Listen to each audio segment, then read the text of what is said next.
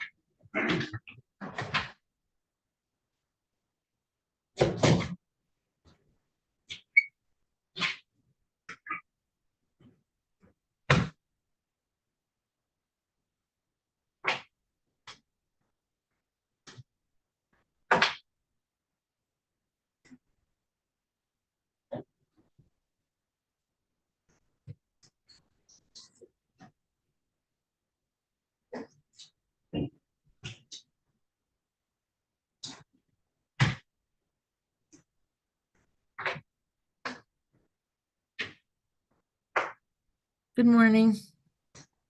Good morning. Morning. Hey, first up, I have Mr. Cooper.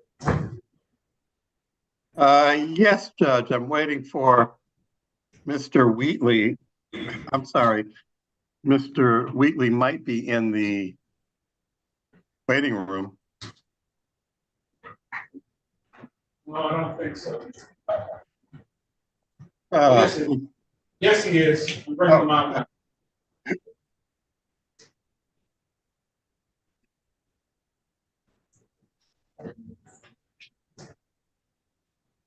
What are we doing with Mr. Wheatley? My understanding, Judge, is that the complainant's notified the prosecutor that she no longer wishes to proceed with this case, and we have an exam today. We were seeing if you would dismiss it before 10:30, the time that the exam was set for.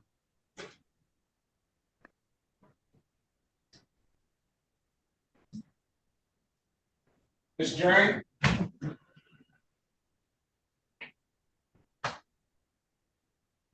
Ms. Drain was with me. She's gone.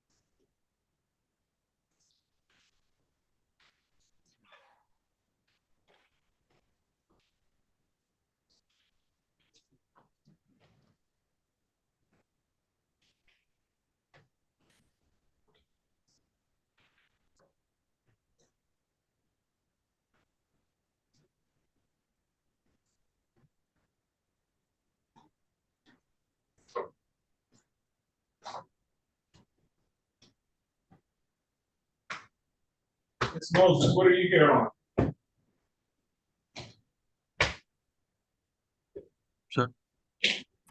Judge, I have an exam with Miss Satawa today, and we have an issue with the kids' talk being able to be played.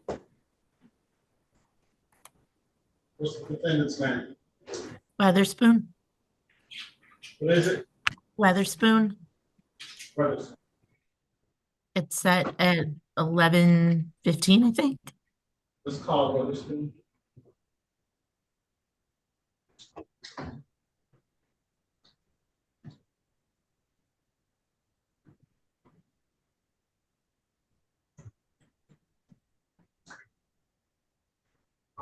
Case number 2305-956-201 for the state of Michigan versus Tony Weatherspoon. Defendant is charged with count 1 for sexual conduct, 33, count 2 for sexual conduct, 70. Defendant has a individual fitness and increased notice. Appearances for the record, please. Thank you, Judge. Erica Moses on behalf of the people, P78491. Good morning, Your Honor. Lisa Kirsch-Satawa on behalf of Mr. Weatherspoon, P52675. All right. What's your pleasure? Your Honor, I did send Miss Satawa the kids' talk. It's working on my end. It's not working on her end. We would be asking for a brief adjournment just so I can meet up with her in person and get it to play on her laptop. So how long does the kid talk to you? About 40 minutes, Judge. Is there a reason you guys can't get that accomplished this morning? You ready to go at 11:15? I'll Your leave that Honor, up to Miss. the interview may be 40 minutes, but it will take me longer than that to watch it to be prepared.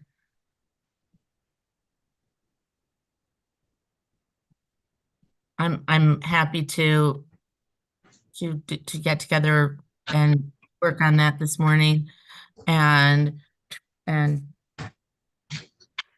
do an exam later today, like at 3. But this is too serious of a case. I can't not have enough time.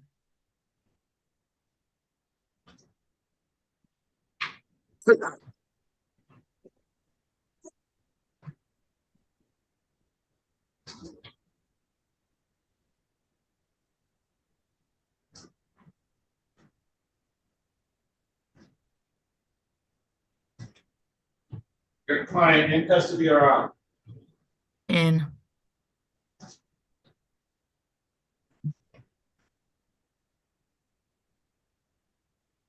I'll adjourn to January 24th. That's this Wednesday at 11:15.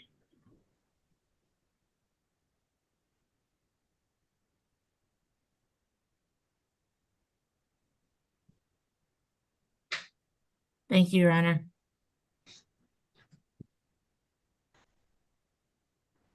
We continue. Thank you. Okay, Mr. Cooper, I think we're ready on weekly now. I think Ms. Drain is back with us. All right. Ms. Drain, are you there? Yes, Judge, I'm here. Okay, we're ready on weekly. Case number 2405-509301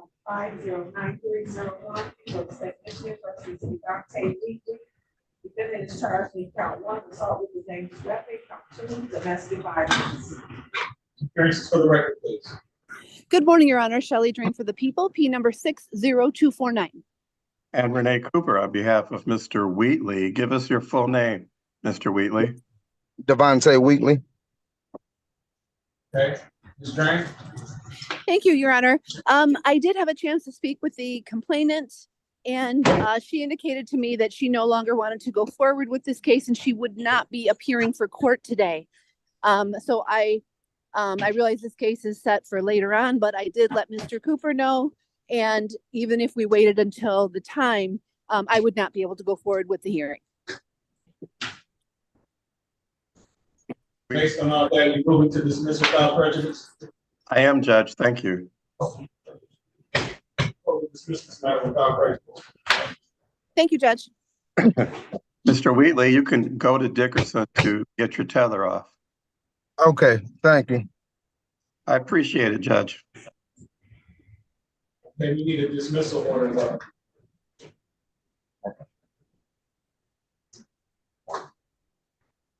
Mr. Cooper? I can do the dismissal order as soon as I get there. I'm walking over right now. All Oh, right, get that done, Mr. Wheatley, before you go over there, okay? You said get the paper? I say, give us a minute to get that paperwork together before you go over there. Okay. Over there later this afternoon. I'm sorry, Judge, and please have a good day. Thank you as well. Mr. Cassidy, good morning. Good morning, Judge. What can I do for you, sir? I am the assistant prosecutor assigned to the Workman case. This matter was originally set for last Friday. You know, I Okay. came on and I was on here for well over an hour, but apparently it didn't go through to the court. But his attorney wanted to adjourn it to this morning anyway for the probable cause conference. Okay. So whoever the attorney is, that's Mr. Woodard. We're waiting on Mr. Woodard. I haven't seen him yet. It was Mr. Woodyard? Yes. Yes. Okay. Carly Kavanaugh?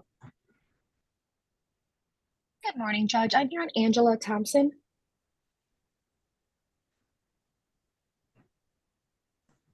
I don't see an Angela Thompson on my document. Oh, yes, I do. Never mind. Okay, we're ready on Thompson.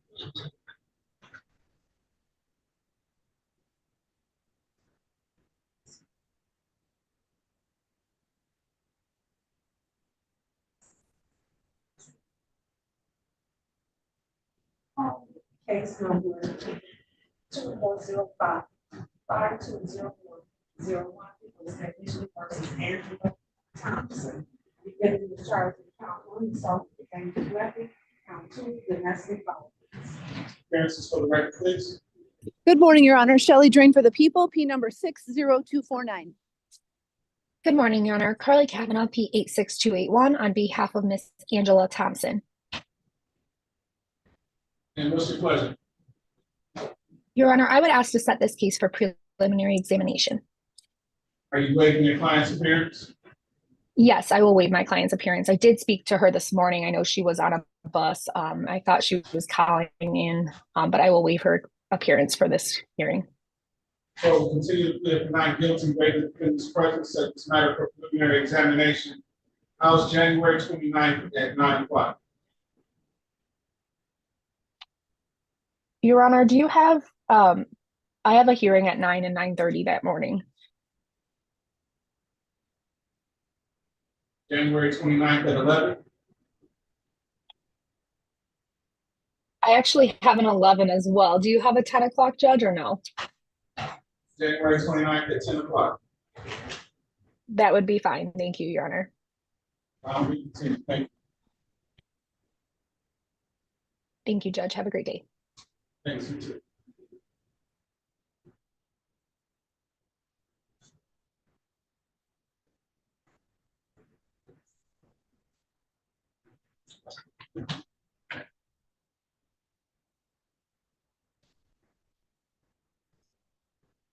Roberts.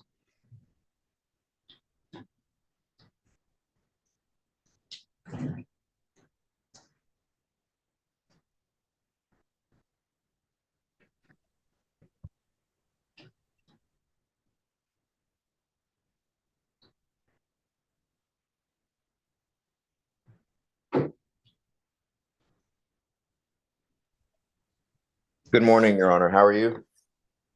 Good, sir. What can I do for you today? Yes, I am on the Kirk Myers matter. We're scheduled for an examination at 10 a.m. I had some discovery issues that I just wanted to put on the record before the examination. We might need to ultimately get this adjourned. While we're waiting to the day of the exam to determine you have discovery issues. Yes, Judge. So I did send in the discovery motion Friday, and Ms. Drain did work to get me discovery. The discovery that was sent over, I believe the police department mislabeled it because it's the incorrect discovery. So you don't have any discovery? I don't have any digital discovery for this case. I do have paper discovery. Ms. Drain?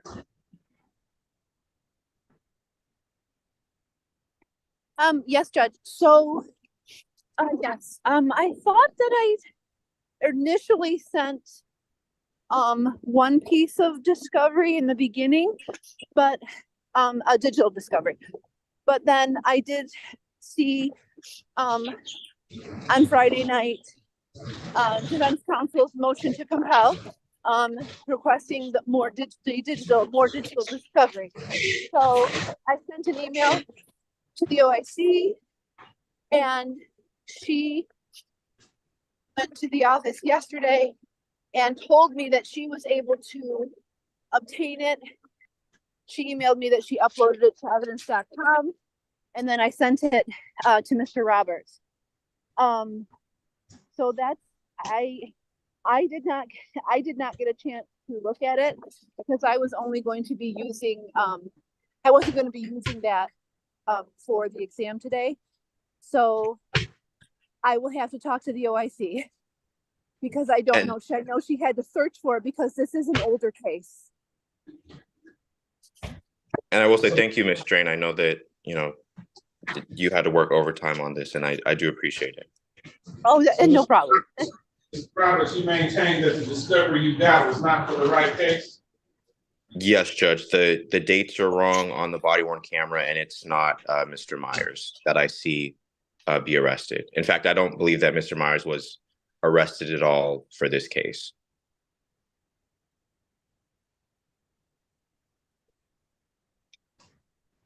So how confident are we that we have this digital discovery?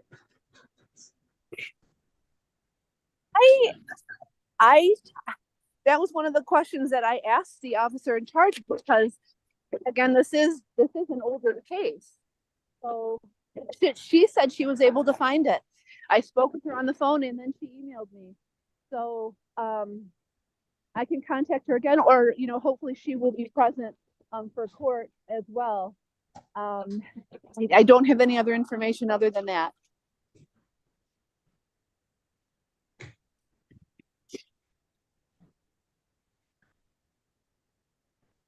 I was a betting man, Mr. Roberts. I would bet there isn't any digital discovery.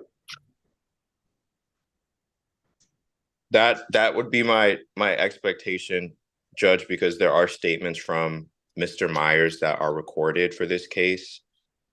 And I did want a chance to review those before the examination. But understanding it's an old case, so you know, there might have been labeling issues or something in the database that might be a bit trickier than just uploading it. So what you're looking for are statements that were made by your client? Yes, I think it's. They were get that in anyway. Well, there is an alleged admission by Mr. Myers, which establishes the felony count. And I would want to hear exactly what Mr. Myers said. It's alleged that it was done through speakerphone. So there are also some authentication issues that I wanted to look into prior to the examination.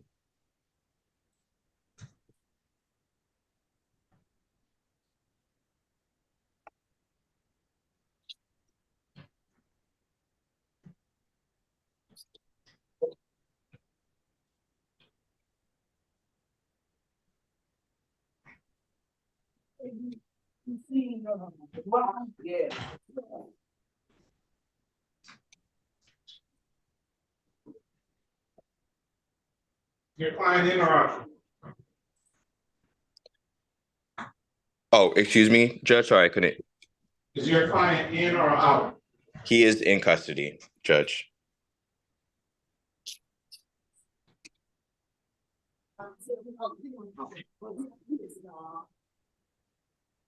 Okay, I will adjourn the, let me call the case.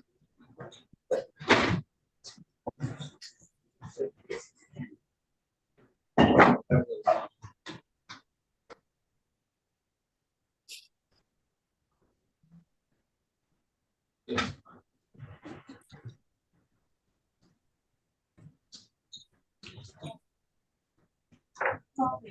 number 2205-809-201. Establish Jim versus Kirk Myers.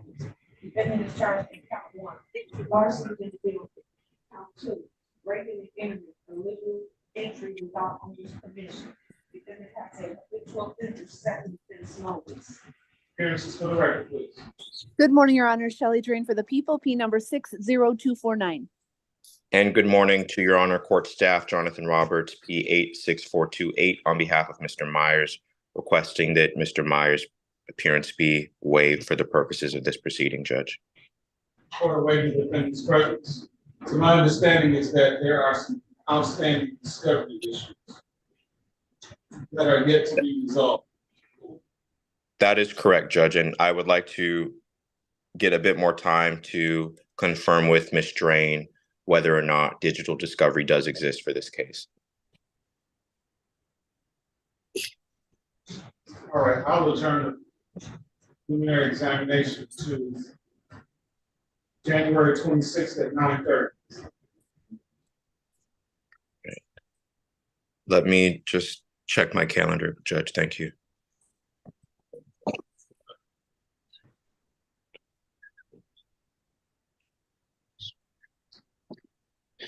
Thank you, Judge. That works for defense. All right. Thank you, Judge. 9:30, bond will be continued.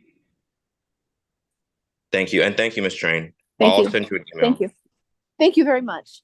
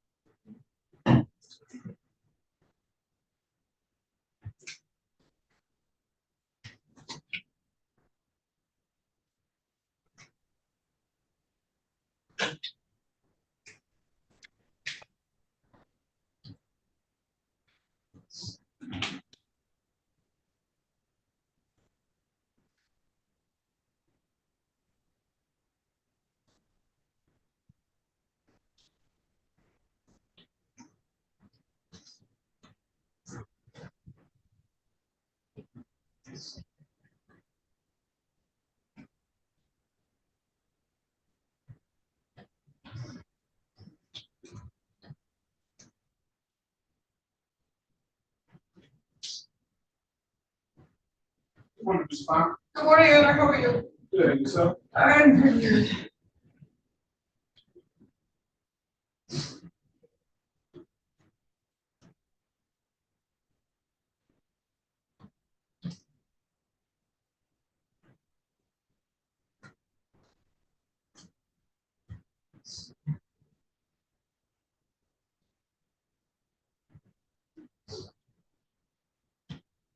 So you're flying in or out, Ms. Fine? He is out and he's in the hallway and that's discussing. Happy Father's Day.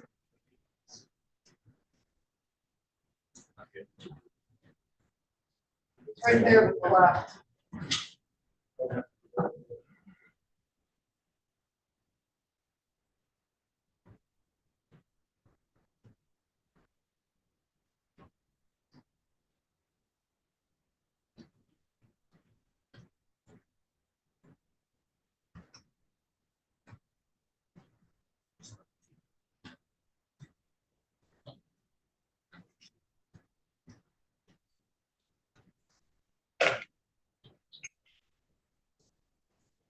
Fulton.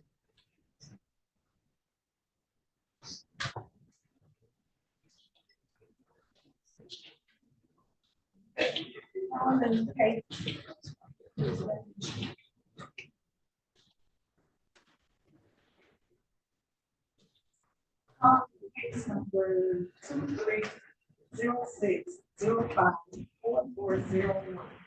For the state of Michigan versus Antonio Colton. Defendant is charged in count 1, assault with a dangerous weapon. Count 2, domestic violence aggravated. Count 3, assault with assault and battery. Defendant has a petition sentence where it's no. Appearances for the record, please. Good morning,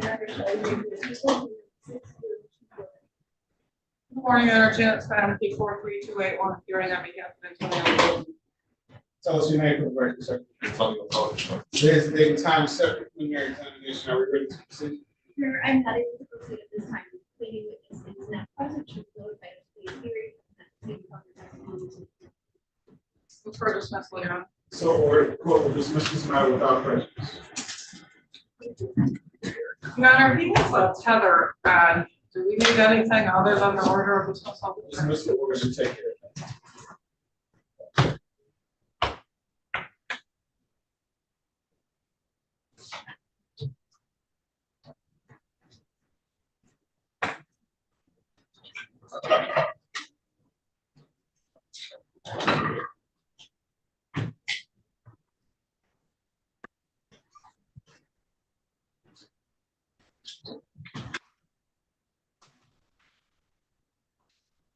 Mr. Piper. Yeah, Mr. Piper. can't hear you. I was just gonna say, we're just waiting on your attorney.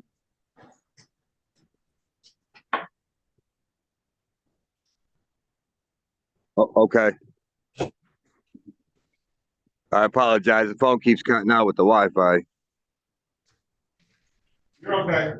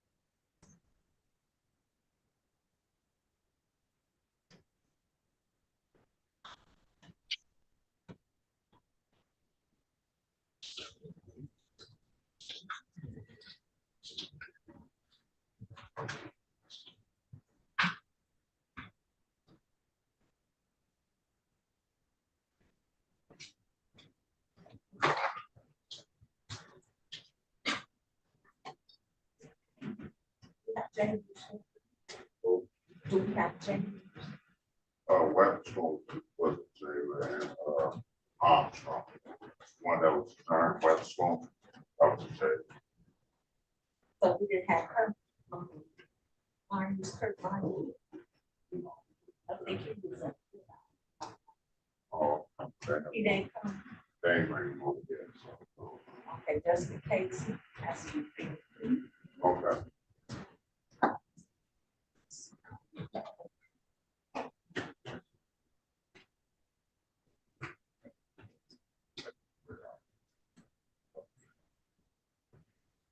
He's going to.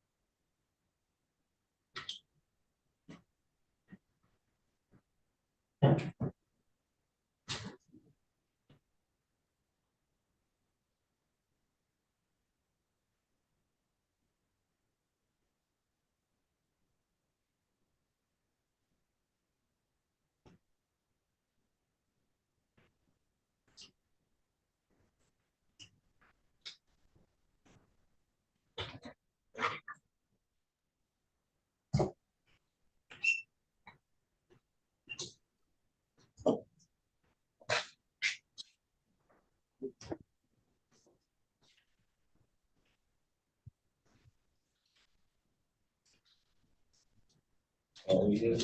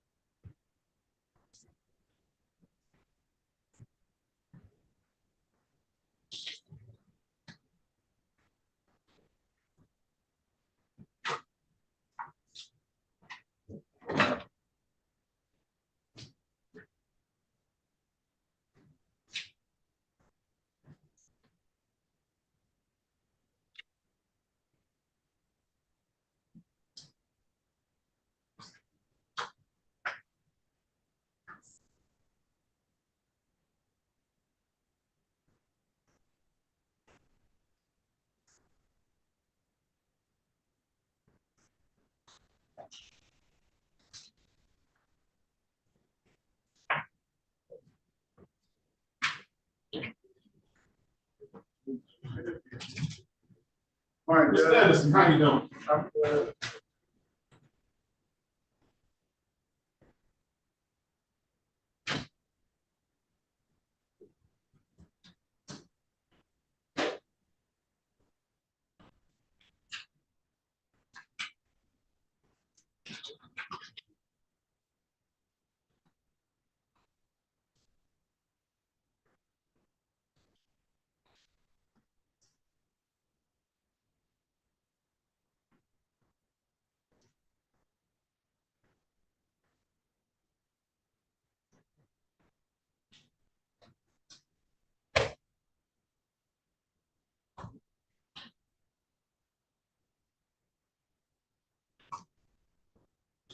Hey, how you doing?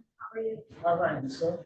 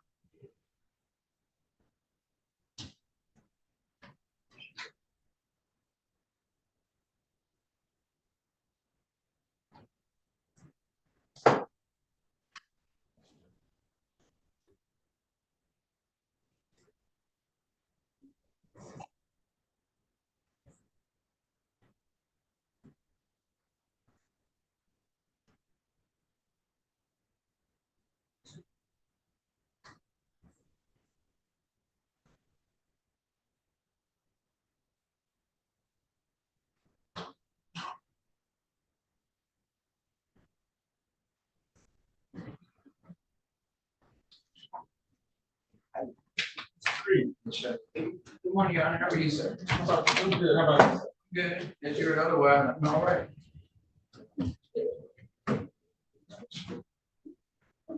I'll take it. I love her. She's so conscientious.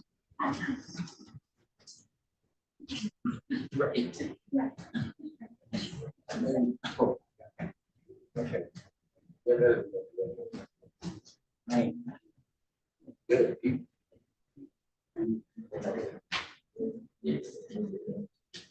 Oh, we found.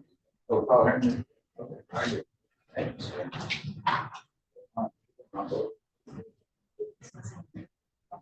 You watch me here.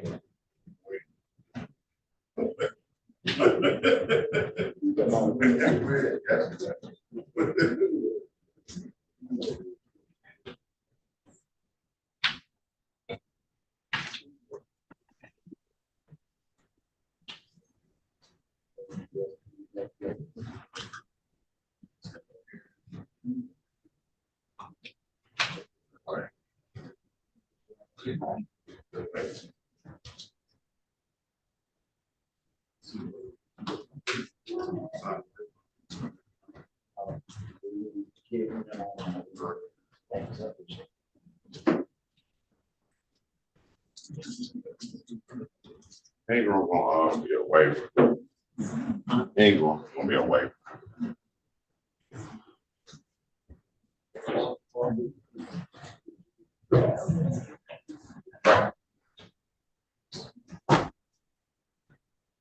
Shayna Ingram.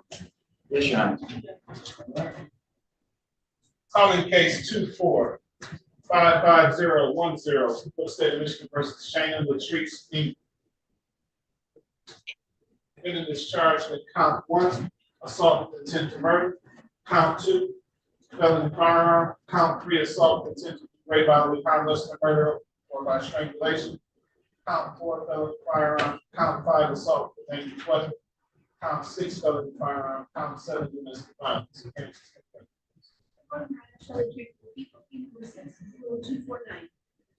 Good morning, Your Honor. May it please the court, Daniel Reed, number 3096, again, on behalf of Ms. King, presenting the state's name correctly. Shana Ingram. Thank you. There's a date and time set for preliminary examination. Are we ready to proceed? May it please the court, Your Honor, I had an opportunity to discuss this matter with my client. I informed her she has a right to preliminary examination. She understands that she wishes to waive her rights for preliminary examination. Instead, she's going to be bound over the Wayne County Supreme Court for further proceedings. Is that correct? Speak up. Yes. Thank you. Please raise your right hand. You swear or affirm to tell the truth, the whole truth, and nothing but the truth, so help you God? Yes. Thank you, ma'am. You understand you have a statutory right to have a preliminary examination by waiving and saying that means you won't have one and you'll be bound over to Wayne County Third Circuit Court as you stand charged with the claim you want. You understand that? Yes. You understand the nature and the purpose of the preliminary examination? Yes. You understand, if you were to have one, the prosecution will have to establish that the crime you charged with is committed in the city of Detroit is probably cause. Does anyone force you to waive your right? No. Does anyone promise you anything? No. Are you waiving your right freely and voluntarily? Any objection from the people? The court finds the defendant's waiver is made knowingly and voluntarily free to give the court, therefore binding the defendant over to the Wayne County Third Circuit Court Criminal Division for proceedings. Her arraignment on the information date and time will be February 5th, 2024 at 9:00 a.m. Are there any issues as to bond? No, Your Honor. Yes. Bond will be continued. Thank you, Your I Honor. need you guys to sign the waiver form. Yes, sir. We appreciate the court and the prosecution.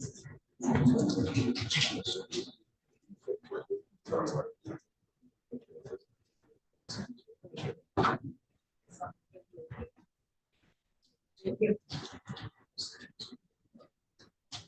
Mr. Anderson, there he is.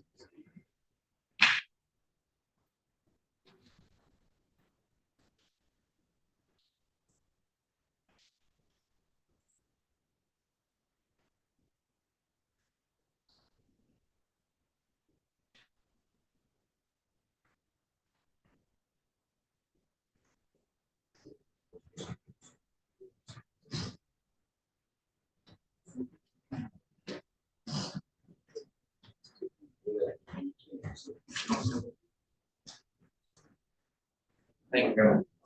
Have a good day, sir. You also, Your Honor. Good to see you as always. Good to see you. Go line. Oh, yes, sir. Go line. Go on. Go line. Oh, man. Good trouble.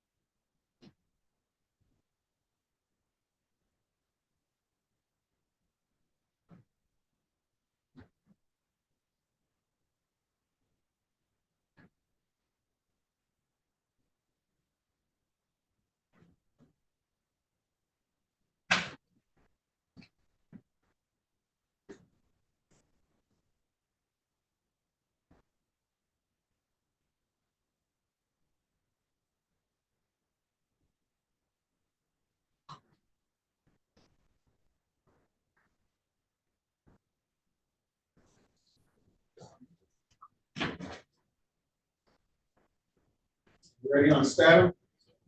Yeah. Okay. Nicole Alexis Static, calling case 2360463. People of the state of Michigan versus Nicole Alexis Travis. Defendant is charged in count 1, unlawful imprisonment. Count 2, assault with a dangerous weapon. Count 3, felony firearm. Count 4, felony firearm. Count 5, domestic violence. Appearances for the record. Good morning, Your Honor. Shelley Green for the people, case number 60249. Jeffrey Edison, 825-913, on behalf of Ms. Stanley. Good morning. Good morning, sir. Your name for the record? Nicole Alexis Bagel. There's a date and time set for preliminary examination. Are we ready to proceed? Yes, Judge. How many witnesses will be? 1 minute. Are you witnesses? Thank you. This is people who call for Jeffrey Richardson.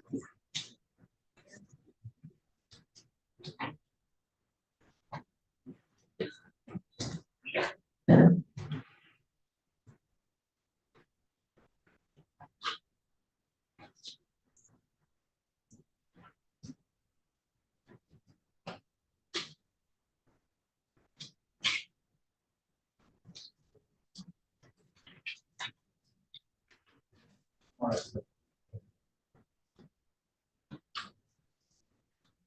please step forward, give your name and spelling to the young lady seated there. Give me your name and spelling.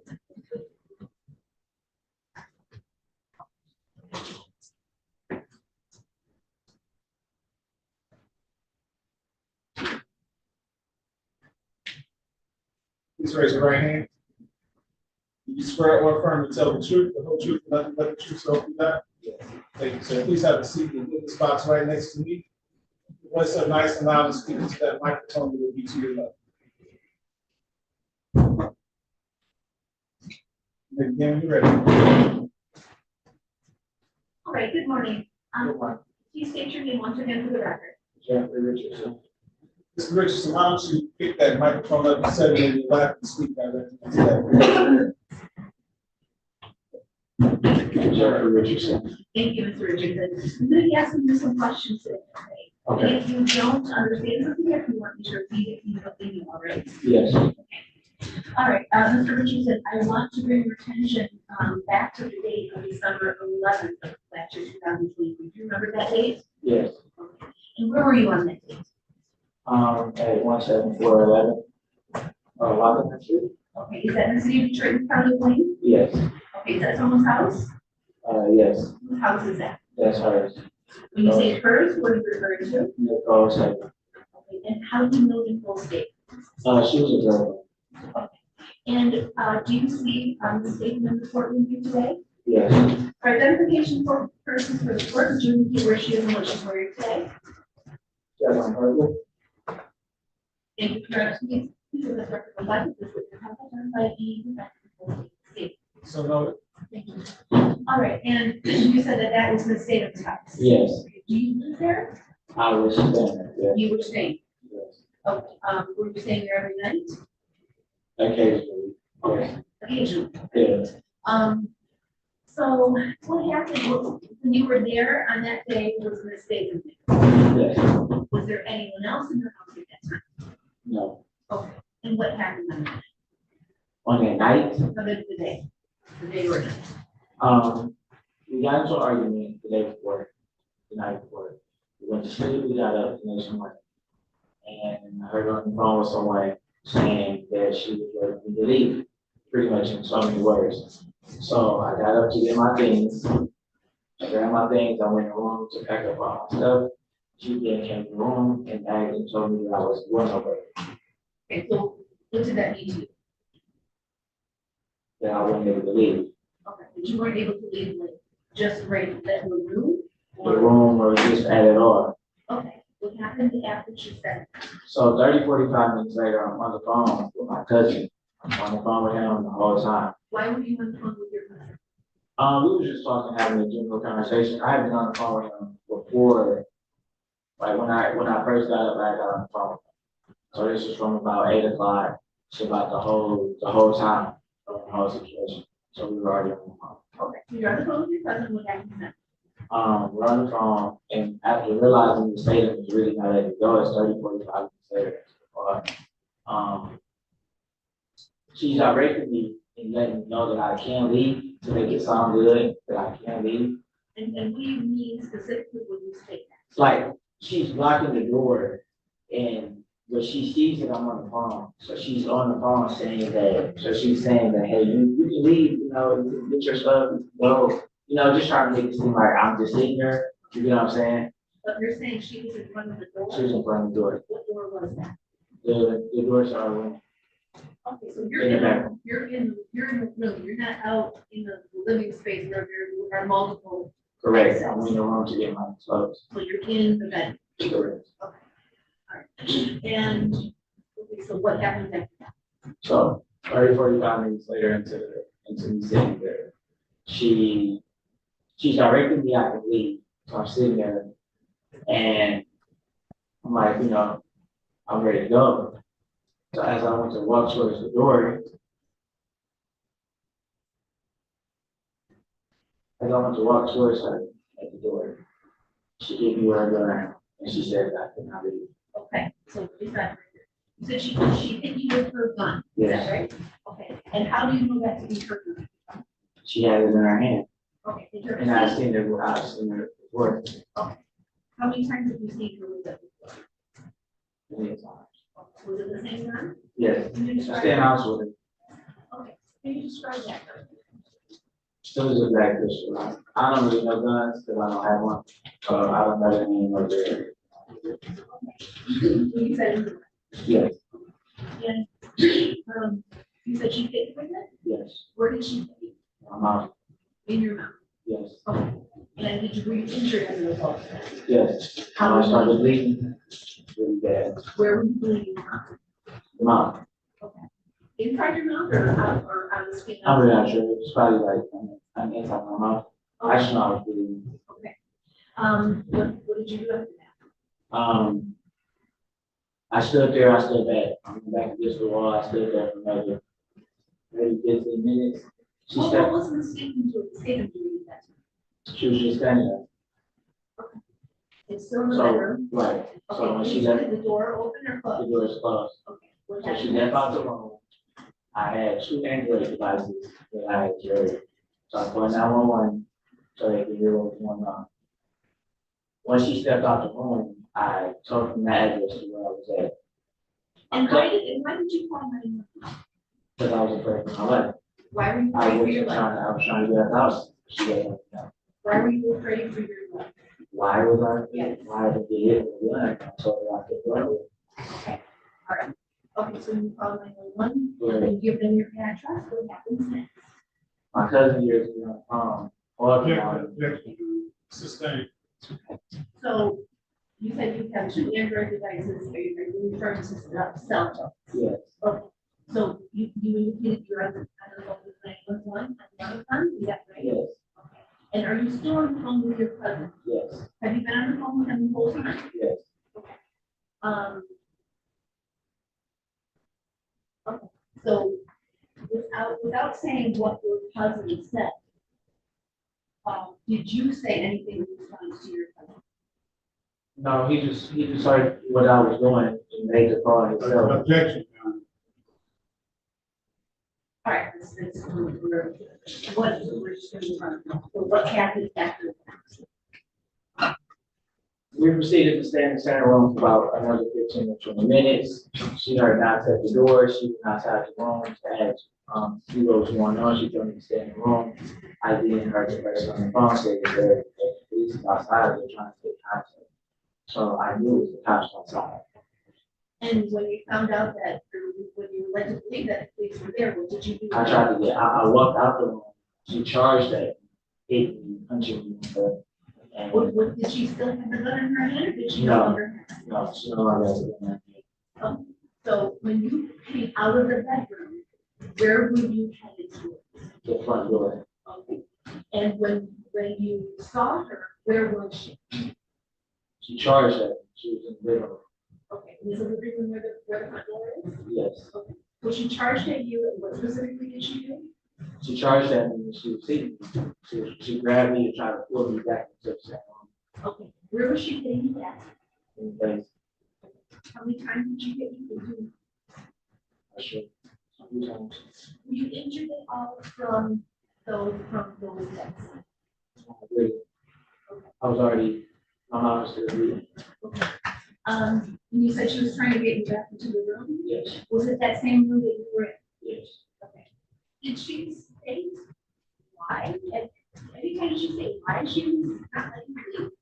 No, just probably mine. So after she was trying to get you back in the room, what happened then? She already tried to reach out that they were ready to go down. She helped me go. Did you hear that? Yes. So you, what is specific? So she finally let me go and I went up to go.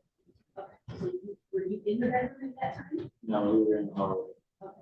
So from the hallway, you walked to the front door? Yes. What did you do? I went up to the door. Okay. And when you opened the door, what did you observe? The cops. And what happened I then? came in the door. Did you have to explain to the police what happened, or did you just come in and arrest her? They came in the door.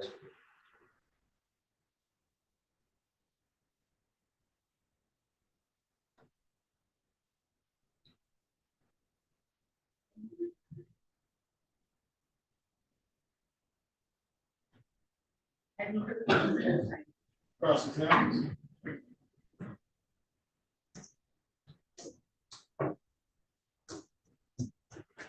Morning, Mr. Richardson.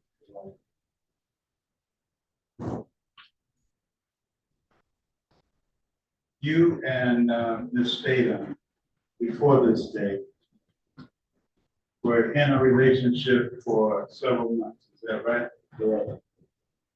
And you had been living at Ms. Statham's home for several months before this incident. Not several months, probably days at a time. Pardon? Probably days at a time, not months. But days at a time over a period of several months. Not, no. Maybe like 5, 6 days, I would leave for a few days, come back for another 3 or 4 days. Yeah, that's what I'm talking about. Over a period of time, you would stay 3 or 4 days. It was probably like a month or 2. Now, the evening before this incident, you say that the two of you were arguing, is that right? Correct. And that was a verbal argument. Correct. And verbal meaning that there was an exchange of words between you and the state. Yes. The state would be demanding things of you in the argument. What was the argument focused on? I'm really not sure. It was just a minor relationship. I don't remember what specifically was the argument was that night. But you at least were able to resolve the argument enough so that you would you went to bed and got up the next morning. Was there an argument, or did the argument continue into the next morning? No. At some point,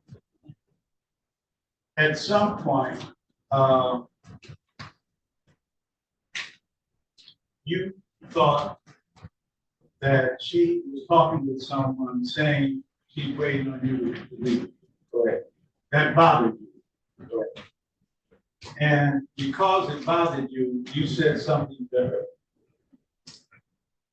Correct. In response to that, right? Yeah. And when you said something to her, you didn't say it in a normal tone of voice, did you? I did. I said, "Are you waiting on me to leave?" So Just like that? Just like that. And perhaps even calmer than the way you just expressed it. Right. So you were rather calm at this point. Correct. Did she appear to be agitated? Not at the moment. And when you said you weren't going anywhere, was your cousin on the phone at that point? No. I said that I was going something. I told her I was getting my belongings to leave. Oh, all right. And did you get your belongings? Yes, I went to the room to get my belongings. And did you leave the room after getting your clothes? No. And you're saying the reason you didn't was because she prevented you from leaving the room? Correct. How long were you in the room? About an hour and a half. And was there conversations with her during that time? You were just sitting? Yeah, I was on the phone. You were on the phone for an hour and a half? Yes. With your cousin? Yes. You weren't talking to her? No. Did you, during that conversation of an hour and a half, tell your cousin that she would not let you go? No. At the end, once he heard me take the 911 call. Why didn't you tell him prior to the end? And when you say the end, you mean like the end of an hour and a half? Yes. Why didn't you tell him during that hour and a half prior to that, that you could not leave? Wasn't it what that had done? He was on the phone. Witness, this is my question. Did you I'm tell actually- him that? No. She did not have a weapon at that point during the hour and a half, did she? Yes. Was it at the beginning of that hour and a half, in the middle of the hour and a half, or at the end of the hour and a half? She never pointed that weapon at you, did she? Yes. Are you certain? Yes. You recall giving a statement to the police right after this incident? Yes. And it was a handwritten, the police officers asked you questions and you answered them? Right. And after they wrote down your answers to their questions, they gave it to you so that you can read it to yourself, is that right? Right. All right. And then you signed it, right? Right. And by signing it, did you read it before you signed? Yes. And what you read was accurate, is that correct? Yes. And that's why you signed it, in fact, correct? It was indeed a two-page document, right? Yes. Do you recall being asked the following question and giving the following answer on December 12, 2023 to the Detroit Police? December 12th? Yes, sir.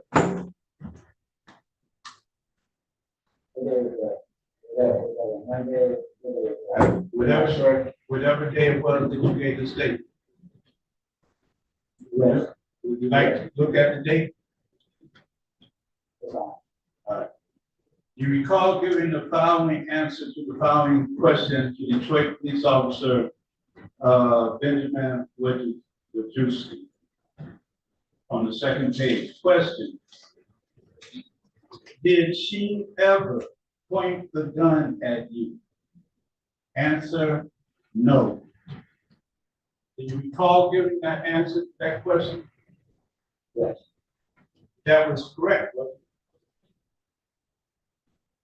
it? Pardon? Yes. And you gave that answer right after the incident, correct? Yes. So is it true then that she did not point the gun at you? Well, she had. Witness, listen to my question. Is it true that she did not point the gun at you? She would have to point the gun at me. Then why did you tell the police she never answered? She never pointed the gun at you? All right.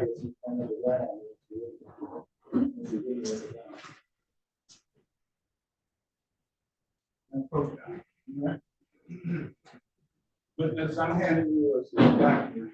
And this is too big. And ask you if you recognize the signature at the bottom of the page. And whose signature is that? All right. All right. And look at the second page.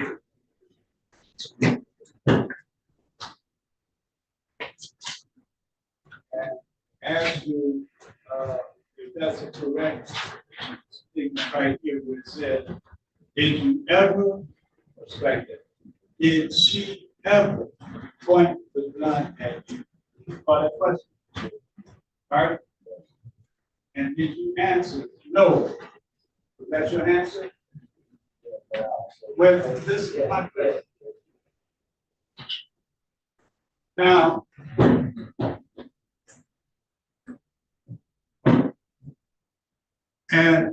you gave this statement after you claimed that she has hit you in the mouth with a pistol, is that right? Correct. You say at some point, you and Miss Statham were in the living or in the front room, is that correct? Correct. This was after you had left the bedroom area. No. All right. What time are you referring to? Do you remember being in the back room? Correct. Is that the bedroom? Yes. At some point, you left the back bedroom and went to the front room. Is that right? My question with this. Yes. And when you were in the front room, is that the same as the living room? Yes. When you were in the living room, you said the two of you began to tussle or fight. Correct. When you say fight, not only do you mean she swung at you, you mean that she swung at you, right? Correct. You also mean that you swung at her. No. So why do you describe it as a fight? I understand the question. Okay. Remember you described that interaction with her in the living room as a fight? Fight. Okay. Why do you describe it as a fight when you say you did not swing at her? Pardon? I didn't put my hands on her. I didn't say you put your hands on her. I said you swung at her. I did. Did you grab her? No. I was restrained to be let go. You what? I was being restrained.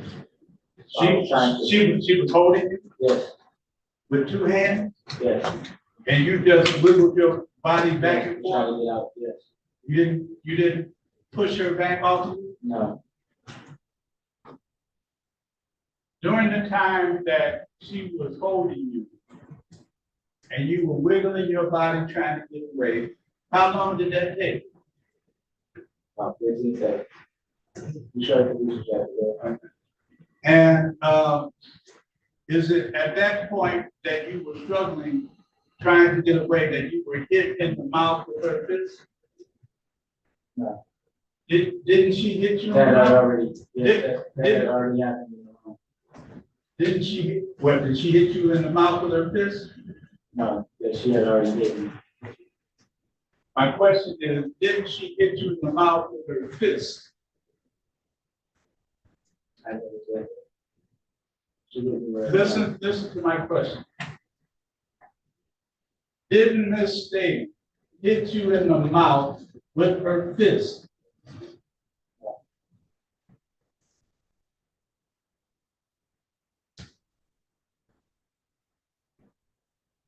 You say that you were afraid of her? Correct. Well, didn't you go pick her up out at the from the jail? I did. And haven't you spent evenings with her since then? Yes.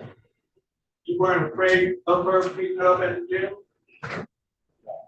You weren't afraid spending nights at her home since this incident? It was only one night. Well, that one night was filled with bliss and joy. Huh? What do you mean? You weren't afraid.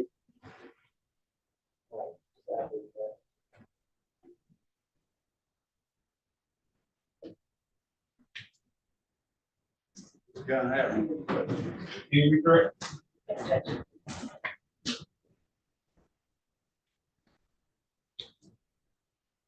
Okay, you indicated that you told the police that she never held a gun to you. Is that right?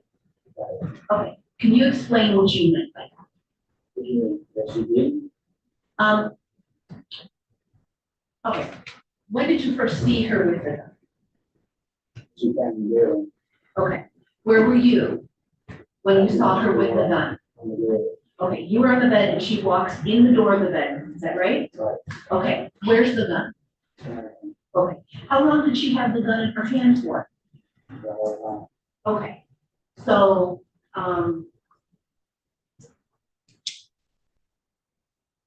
what was she doing with the gun?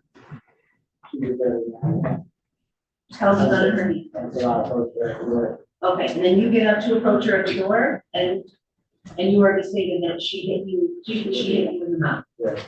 Okay.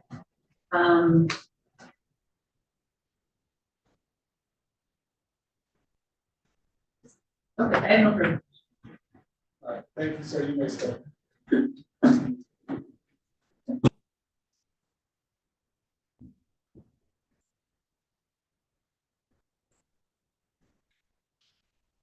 Any other witnesses for the people? Look for the witnesses, Your Honor. Any witnesses for the people? No, Your Honor. People? Your Honor, at this time, I would move for a bind over as charged and reserve argument. Citizen? Yes, sir.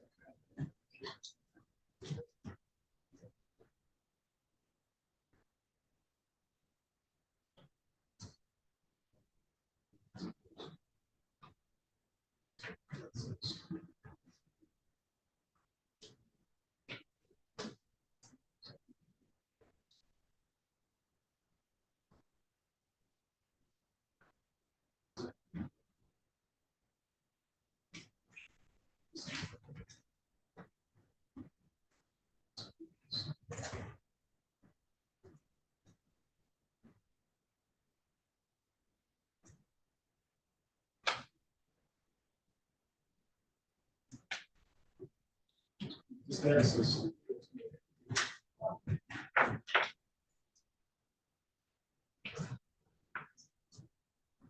Your Honor, for the record, we would object to bind over.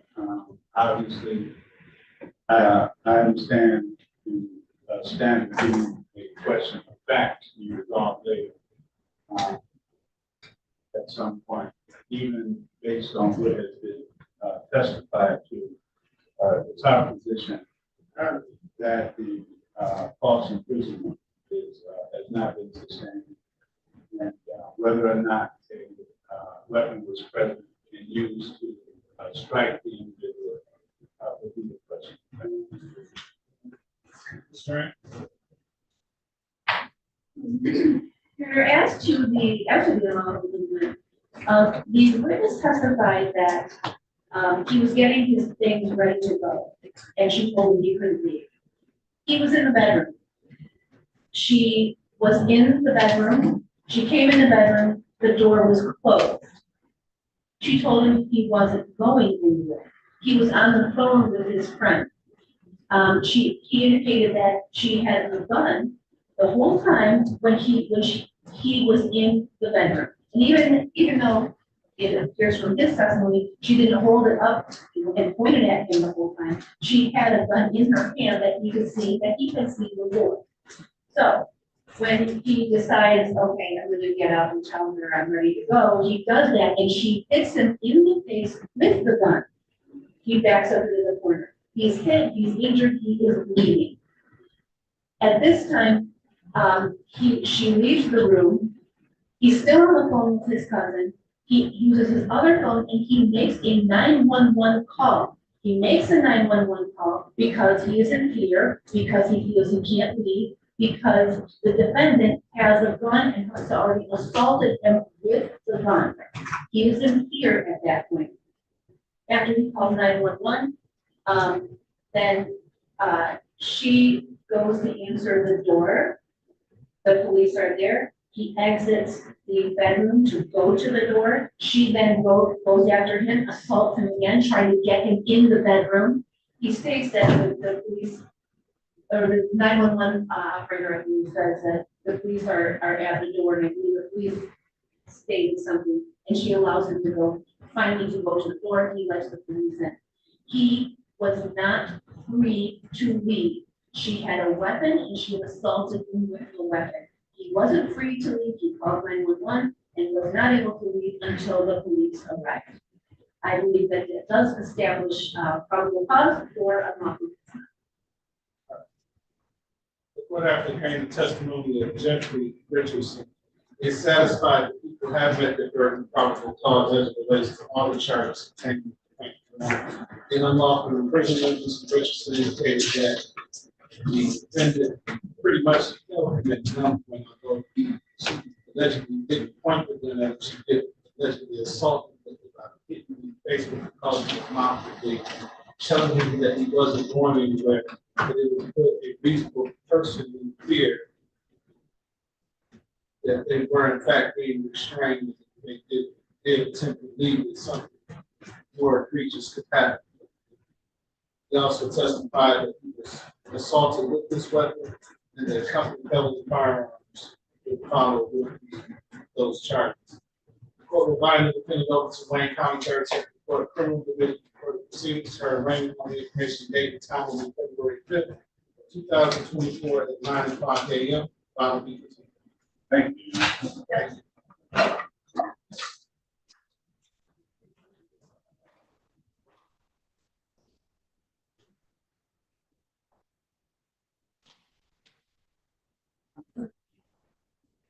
Mr. Woodyard. Good morning. Morning, sir. You ready on Workman? We're ready on Workman, and I'm also ready on Mr. Byford. I see him on the screen as well. Okay, great. Let's call Workman first.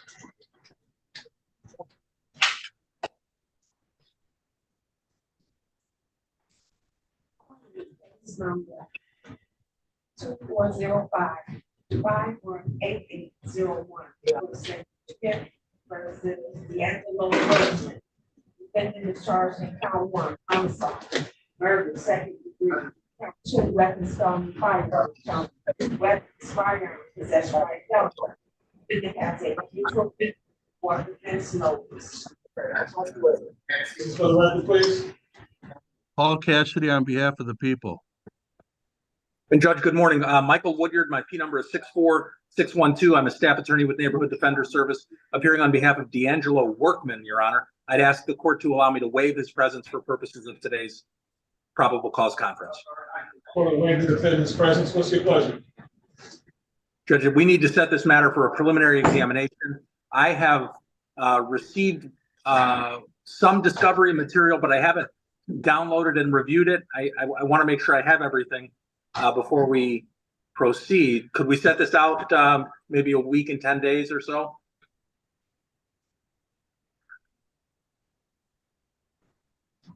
No, I'm looking at January 30th or at the latest February 1st. February 1st works for me. And Judge, February 1 also works for me. I'm available that day.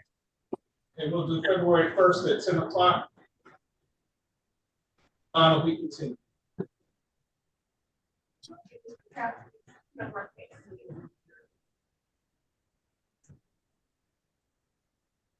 His P number is 29361. I'm sorry.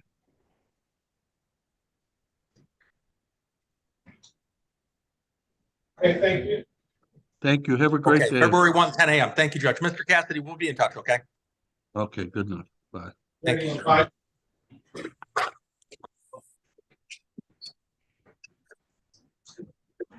Following case number 2405-520901,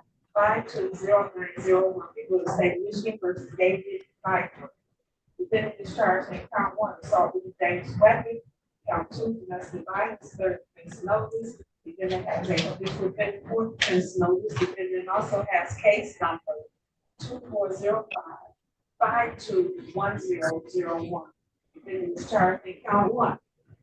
Domestic violence, third offense. Defendant has a habitual offender, fourth defense notice. Defendant also has case number 2405-521101. Defendant is charged in count 1. Domestic violence, third offense. Defendant has a habitual offender, fourth defense notice. Appearances for the record, please. Good morning, Your Honor. Shelley Drain for the people, P number 60249, on all three cases. And Judge, good morning to you and to your staff also. Good morning. Michael Woodyard, my P number is 64612. I'm a staff attorney at Neighborhood Defender Service of Detroit, and our office represents Mr. Byford. He's on the call. Mr. Byford, unmute your device there, will you, sir, and say your name, please? There you go. David Byford. Mr. Byford, are you wearing a hat? Where are you, Mr. Byford? I'm by your building. I'm sorry? I'm in a restroom because I was standing outside. The phone kept cutting in and out because the Wi-Fi. So I came inside the building. You're in a restroom? Yeah, I came in to warm up. I was outside. Remember, I was outside. You said we were waiting on the attorney. You're not using the restroom, are you? No, not at all. Okay. All right. What's your pleasure, Mr. PR? Judge, we have to set these matters for a preliminary examination. And also I need to, before we close the record, I need to get Mr. Byford's contact telephone number. Court will continue the plea of not guilty and set all three matters for preliminary examination on January 29th. How is January 29th at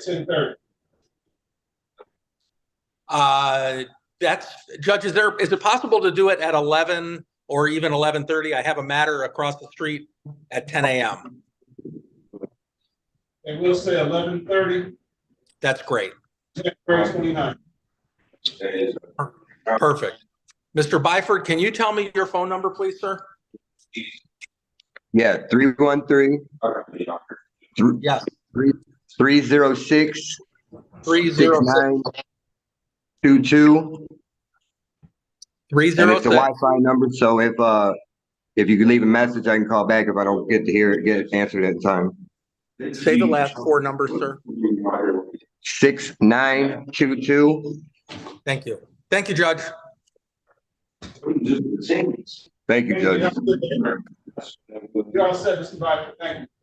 Judge, All you right, said thank that's the 29th at 11:30? Yes, sir. Okay, thank you.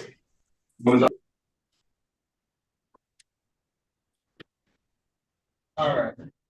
Mr. Alex, good morning. Morning, brother. This will be a waiver. Okay. We haven't signed the form yet. All right.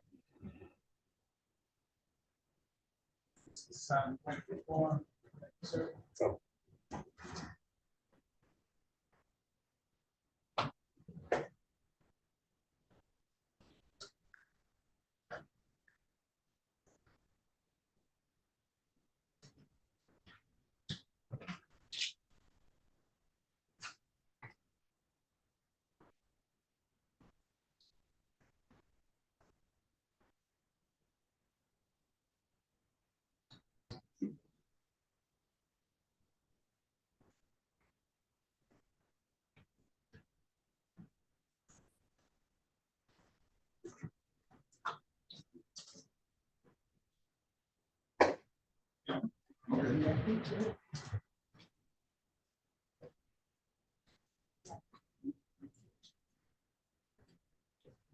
you.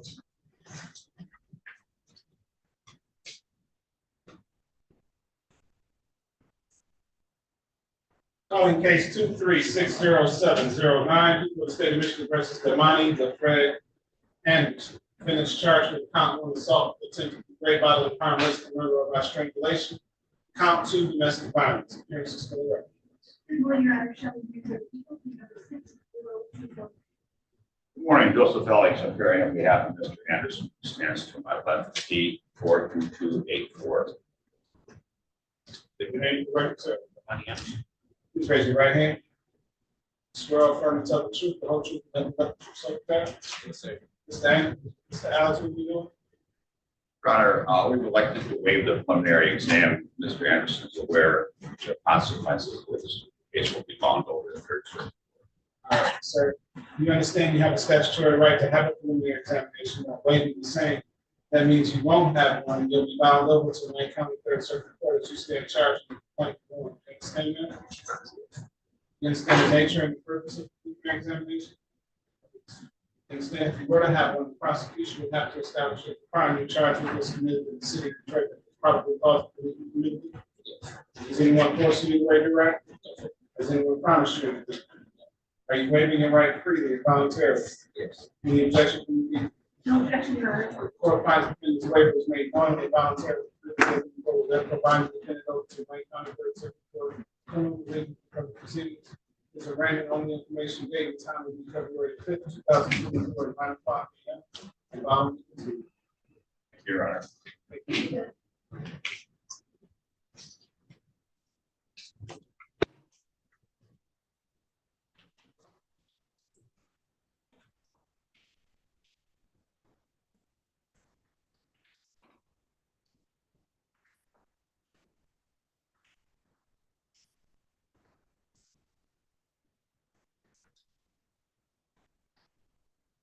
And the parties here on con.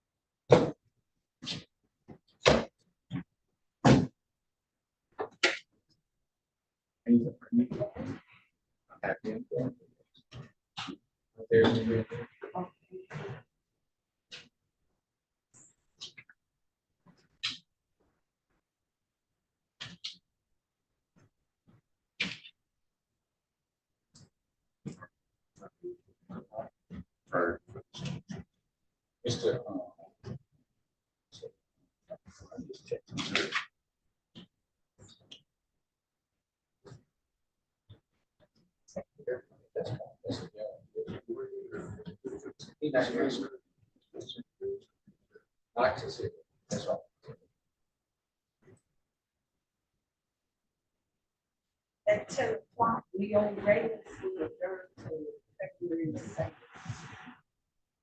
So that should be on time. It's not, yeah, it's not on the dot. It's not on the dot. It's not.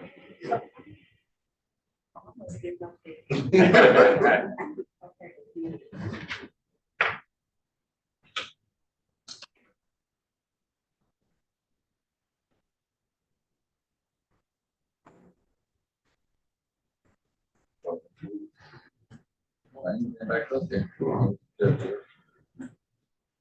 That kid's got,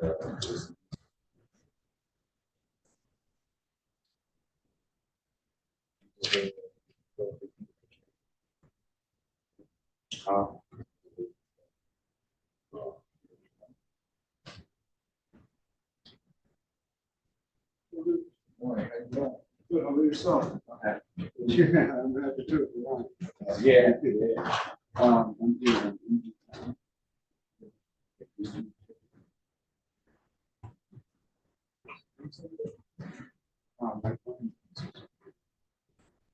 Good morning.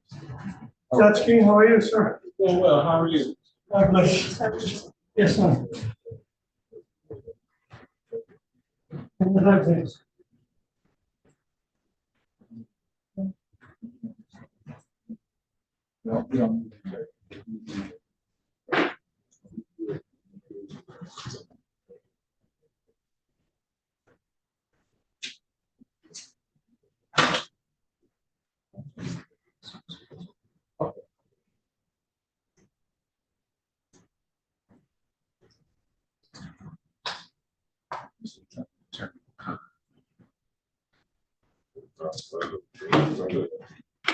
Say, took a wrong turn.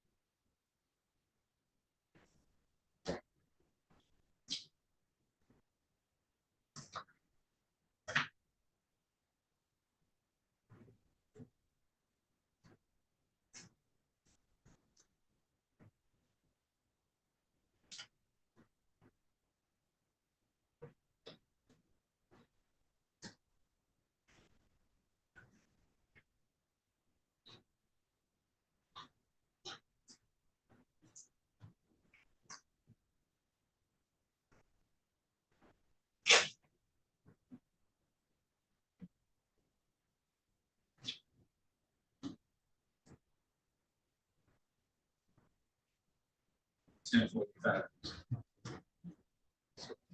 I mean, great, yeah. Knox is here? Knox is here and an attorney is here, Okay, but it's not 10:45 yet. We're gonna have to pick. they come in anyway. Okay.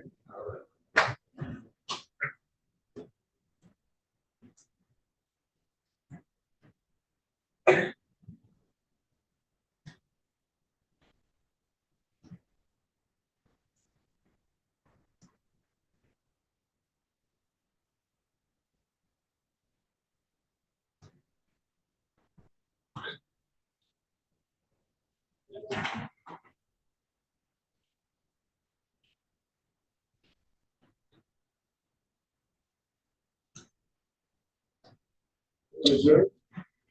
Good morning, Mr. King, how you doing? All right, how are you? All right.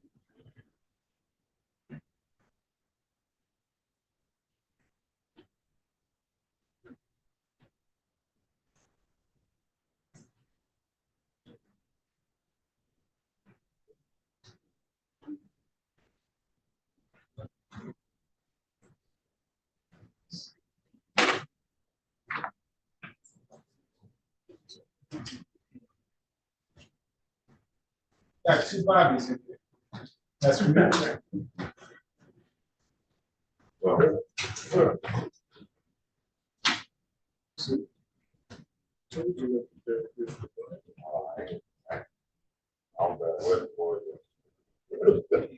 This year, we'll get it back.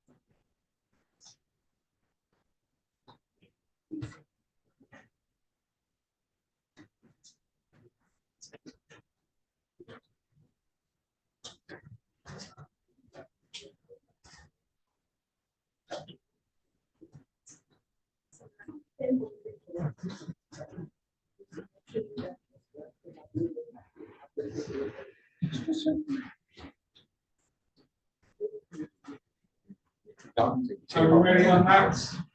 What happened to Con? Con's right here, you're ready. Let's go.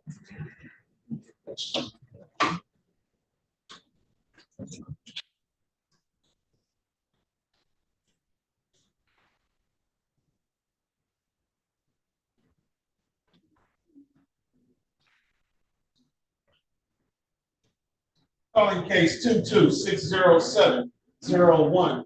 People of the state of Michigan versus MD Zena Khan.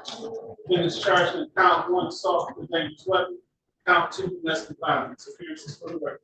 Good morning, Your Honor. Shelley Drake for the people, number 60249. Good morning, Your Honor. Kevin McQueen, P number 80997, here on behalf of Mr. Khan. This person on my side. Please take your name for the record. MDG.com. There's a date time set for preliminary examination. Are we ready to proceed? Yes, Judge. How many witnesses for the people? We have one witness. So, This time the people would call Yasmin Sultan.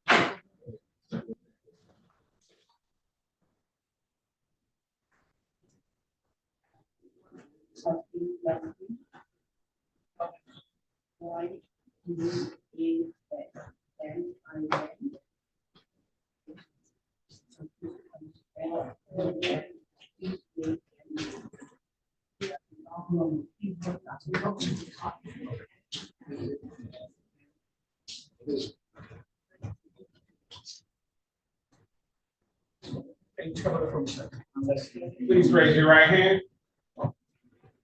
I'm ready. All right. What's your name for the record, sir? Sanjeev Banerjee. Did you give her your name and spelling? The court reporter, give her your name and spelling first. The young lady behind you, can you give her your name and spelling, please? Oh, It's okay.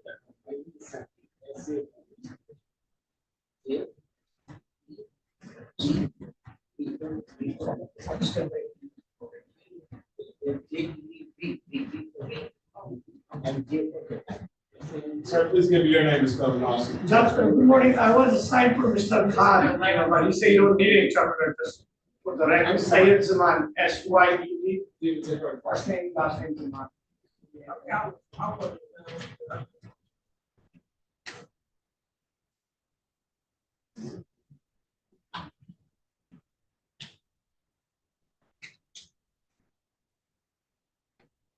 Okay, sir, I'm ready for you now. Tell me your name for the record. Sanjeev Banerjee. S for Sam, A for Apple, M for Nancy, J for Japan, E for England, again E for England, and P for Victor. And my last name is Banerjee. B for boy, A for Apple, N for Nancy, E for England, R for home, A for Japan, E for England, again.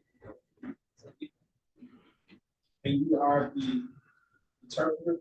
Yes. Please raise your right hand. You swear or affirm to translate English to Bengali and Bengali to English, doesn't feel good? Yes, sir. Thank you very much. And what's your name for the record, man? Yasmin Sultan. Yasmin Sultan. Please raise your right hand. You swear or affirm to tell the truth, the whole truth, and nothing but the truth, so help you God?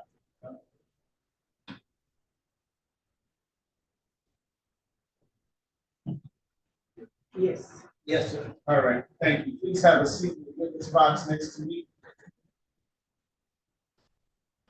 So you can stand to the side of her and speak into the microphone so we can hear what you're interpreting. Please have a seat, man. Thank you very much. Yes, sir, I'm gonna have you talking to the microphone, okay? Yeah, when you're ready. Morning, please state your name once again for the record. Ms. Sultana, I'm going to be asking you some questions today. If you don't understand something, or if you want me to repeat it, please let me know, okay?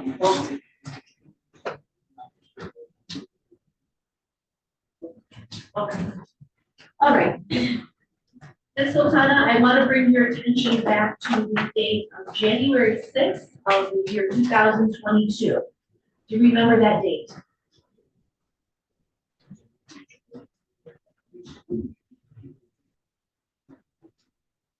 Yes. Well, where were you on that date? I mean, 11901, 11901, Buffalo Street. All right, and that's in the city of Detroit and the county of Wayne? Okay, thank you. And was that a home? Yes. Whose home was that? ওটা আমাদের দুজনের নামে ছিল। মানে rate দাও। It was a rented house in our building. Okay, when you say a rented house in both of our names, who are you talking about other than you?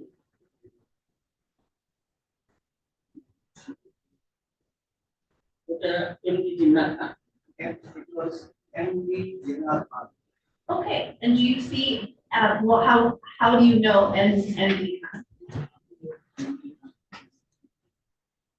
MD Khan's সঙ্গে আমার বিয়ে হয়েছে, আমি তাকে MD জানছি।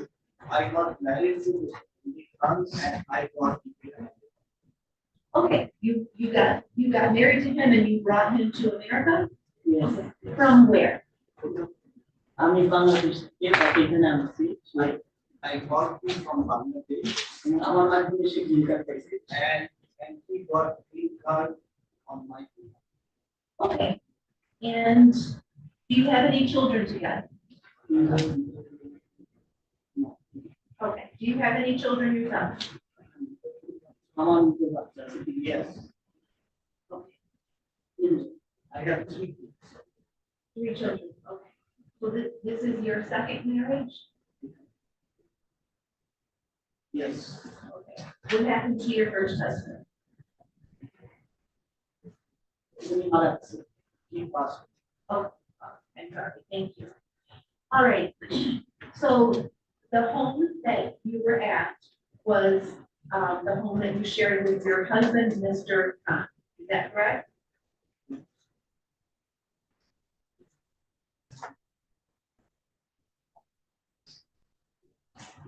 Yes. All right, and do you see Mr. M.D. Khan in the courtroom here today? Yes. Yes. For identification purposes for the court, can you tell us where he is and what he's wearing today?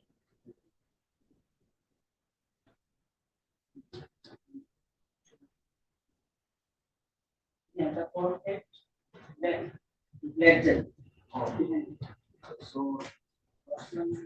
all left and right. Could you just point to where he's at? Thank you.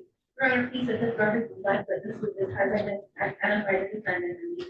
So moved. Thank you. All right, and was your husband, Mr. Khan, at the home with you on that day?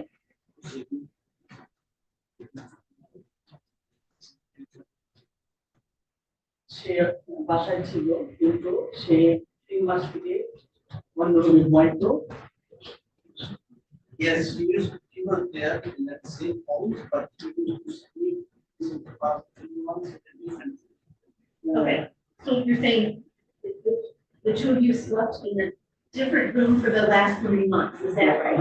Or সে তার একটা prostitute লেডির সাথে relation ছিল। Yes,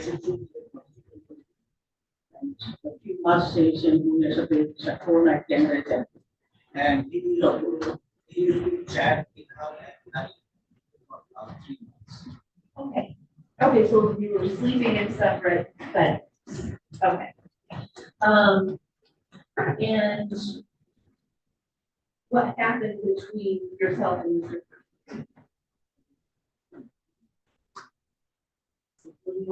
নিয়ে আমাদের মানে সে আমাকে বলছিল যে তুমি বাসা থেকে বেরিয়ে যাও, সে আমার সাথে সংসার করবে না, সেটা বেরিয়ে the person for discussion amongst us, and he used to say that you leave the house, I don't want to be with you. এবং সে বলতেছে সে মহিলার জার্মানি বাড়ি আছে, সে বাড়ি পাবে, সে বহুবার মেয়ে করছে এবং তাদের সম্পত্তি সে সব বোঝের প্রপার্টি সে নেয়। That she has lot of money and property in Germany and he will get all that property and money. Okay, did he say these things to you that night or before? বলছে এবং সে আমাকে বলছে যে বাসা থেকে বেরিয়ে যাও, সে আমাকে রাখবে না, যদি আমি থাকি সে আমাকে নেবে। Yes, you should say that he also and other also they said that he will get out of the house, otherwise he will kill. He told you, he said to get out of the house or he will kill you? Yes. Did he say that on this day, January 6th? The same night. January 6 তারিখে রাত 11টার দিকে আমার সঙ্গে তার তর্ক হয়। At around 11 PM, I had a discussion with him. তখন সে আমার সাথে তর্ক করে সে তার রুমে চলে যায় এবং আমাকে বলে 6 o'clock morning তুমি get out. So he then after the discussion he left the room, he went to his room and he called me and said that by morning 6 AM you should leave the house. Okay. So you were supposed, he wanted you to leave the house at 6 AM, by 6 AM the next morning? Yes.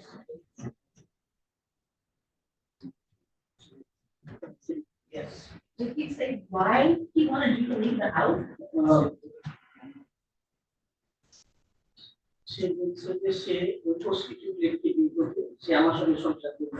He said that he doesn't want to continue to be with me and he wants to marry me.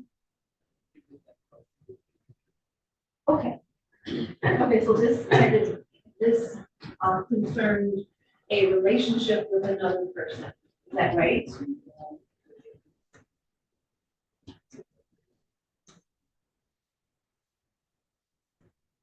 Yes, yes. Yeah.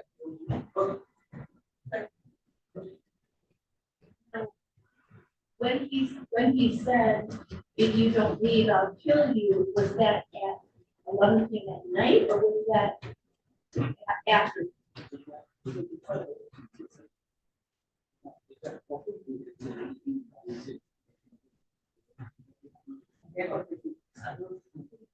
At 11 PM.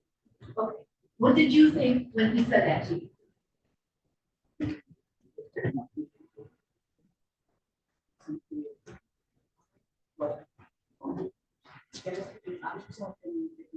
I told him what is my problem. I brought you to America. You got green card on behalf of me. And you have taken a lot of, and he has taken a lot of money also from me. Okay. And did the discussion end?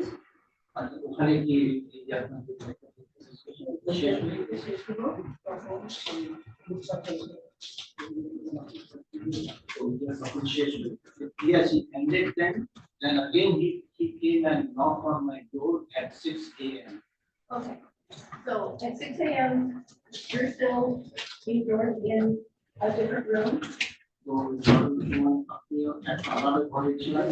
Yes, I was in. Okay, so he knocks on the door and what happens next? So, what doctor patient knocked on the door, he knocks and he tells me to get out, to come out. Was your door open or closed? After door, absolutely on the door. Okay, so when he knocked, I opened the door and I was talking to him. Okay. With the door half. Okay, half open. So were you still in that room? আপনি তখন এই ঘরের মধ্যে ছিলেন? Yes. Where was he sitting? ও কোথায় দাঁড়িয়ে ছিল? In front of my door. Okay.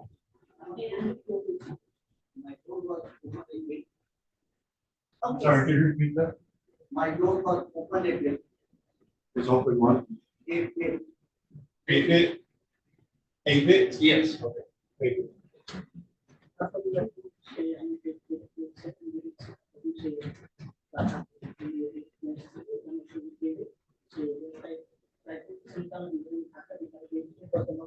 So, then he had a gas, they took a gas can, he threw that gas can on me. And when it lighter also, then I threw him and I knocked him. Okay. So you had the door open a little bit, is that right? Yes. What did you observe about at that time?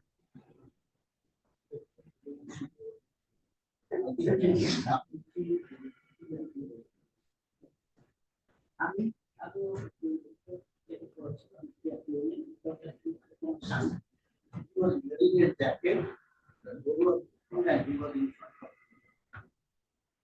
Okay. And you mentioned gas. Luckily, yes. And there was a popular carrying a bottle. Yes. Okay, how do you know that it was a bottle filled with gas? So when he threw that on me, I could smell. Okay. How big was the bottle?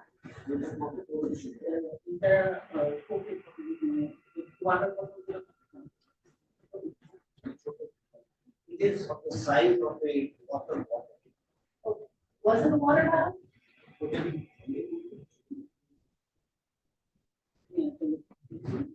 Yes, it was a water bottle. Okay. Did he throw the bottle at you, or did he use the bottle to throw the gas on you?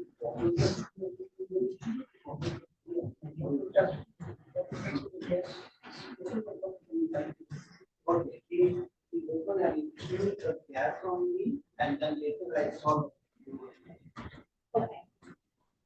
When he threw the gas at you, did it make contact with any part of your body when you were there?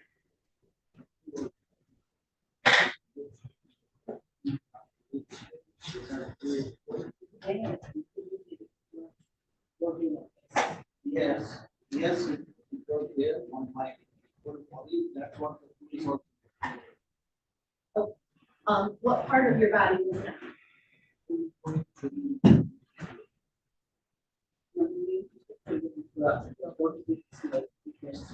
So it was on the whole of my body. What did you have on at that time?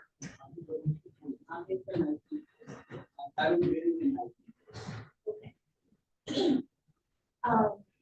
Did you smell that it was gas right away? Yes, I was the whole house and my whole body. After he showed the gas on you, what happened right after that?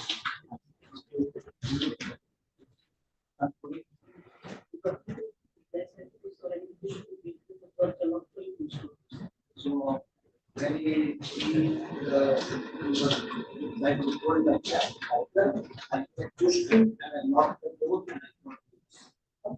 So you saw it later. Is that right?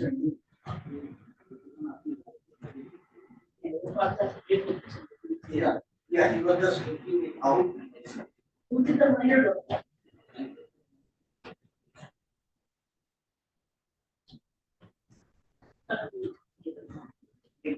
Colors. Okay. What did you think when you saw the later?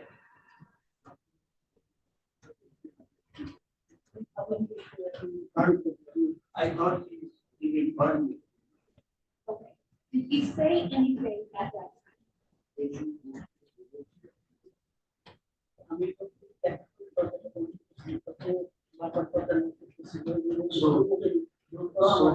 Yes. So when I saw that and I knocked the door, he was knocking on the door and he was saying that he had the key of the door. And when he said he had the key of that door, what did that mean to you?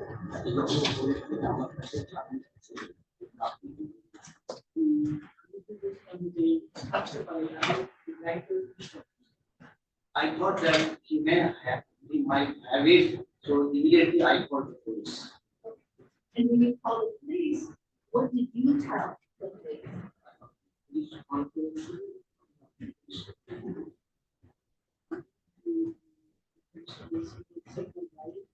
I told police to say my husband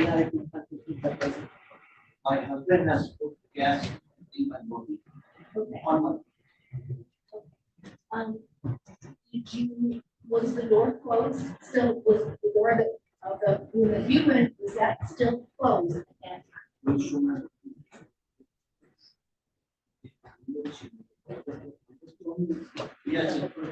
Yes, it was good. I opened after the police came.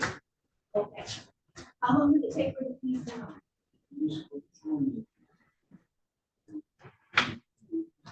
Maybe 10 hours. When the police came, do you know if Mr. Khan was still in the house?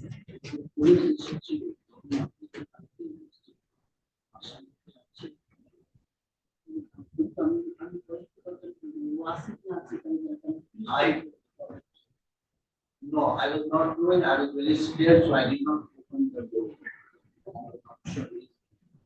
So I'm gonna get you to speak into the microphone. No, I did not open the door, so,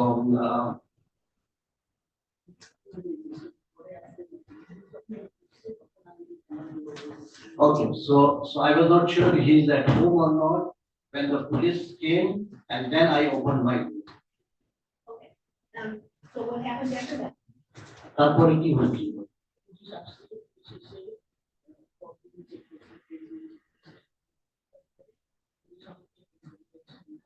So the police came, they went to the basement, they checked at the basement, they checked all the rooms, and they told me that he's not here, he has left.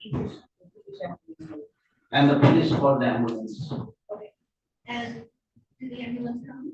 Ambulance came? Yes. Were you treated by the ambulance? आपने क्या ambulance से treat करो है कि?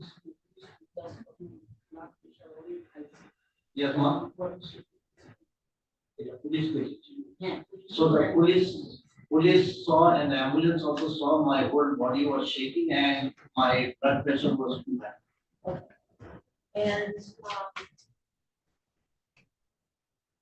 did you have to seek any other medical treatment? आपने medical treatment doctor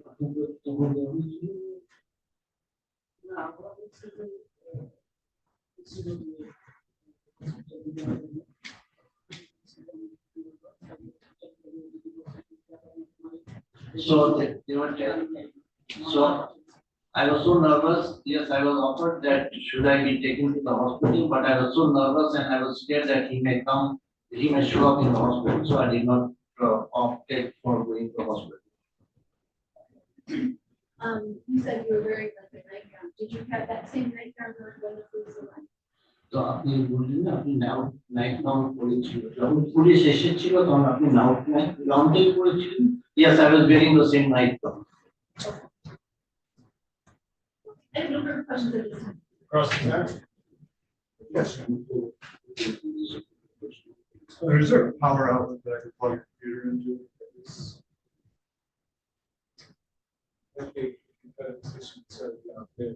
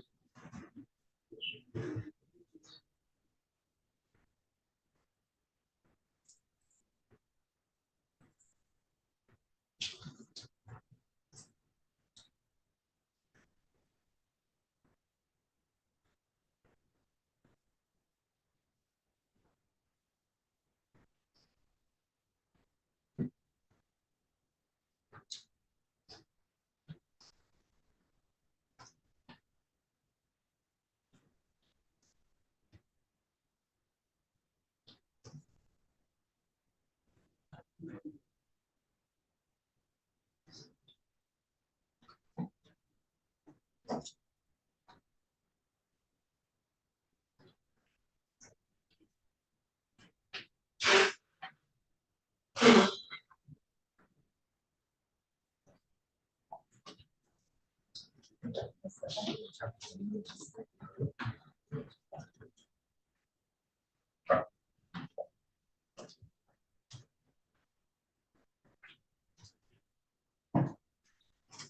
Ms. Sultana, my name is Kevin McQueen. I'm the attorney for Mr. Khan. I'm going to ask you a series of questions, and if you cannot understand my questions, just let me know. I can either rephrase or repeat those questions. Otherwise, I'm assuming you understood. Okay? My one.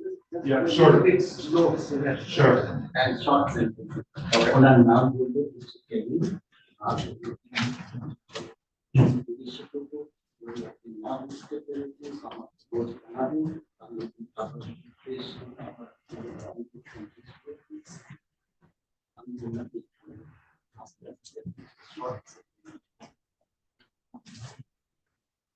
So you were indicating that you did call 911 after this alleged incident that took place on Buffalo Street, correct?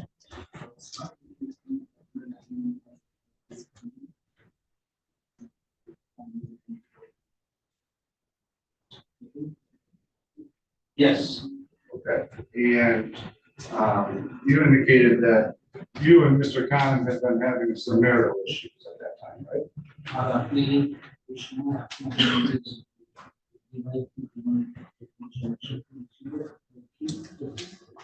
Yes. And the date that the officers arrived was January 6th in the morning about 7 a.m., right?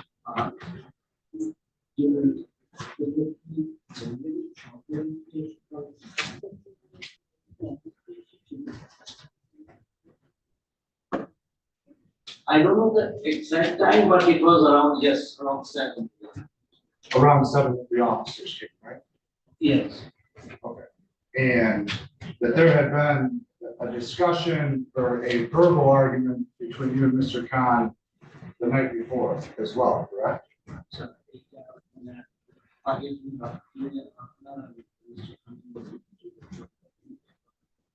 Yes. Okay. And so this alleged incident that you're indicating, the gasoline lighter, was that on January 5th or January 6th? It was on January 6th. Okay. And that incident occurred at approximately what time on January 6th?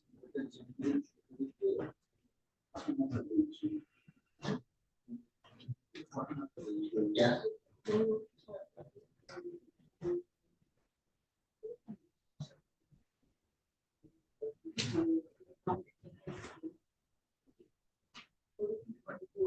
Okay, it was early morning. I did not check the time, but it was early morning, around 6:37 something. 6:30 or 7 in the morning on January 6th, right? Yes. Okay. And you indicated that home, it was a rental property, right? Rental property. Yes. Okay. And did you have a lease agreement with a landlord? The landlord is taking a lease agreement.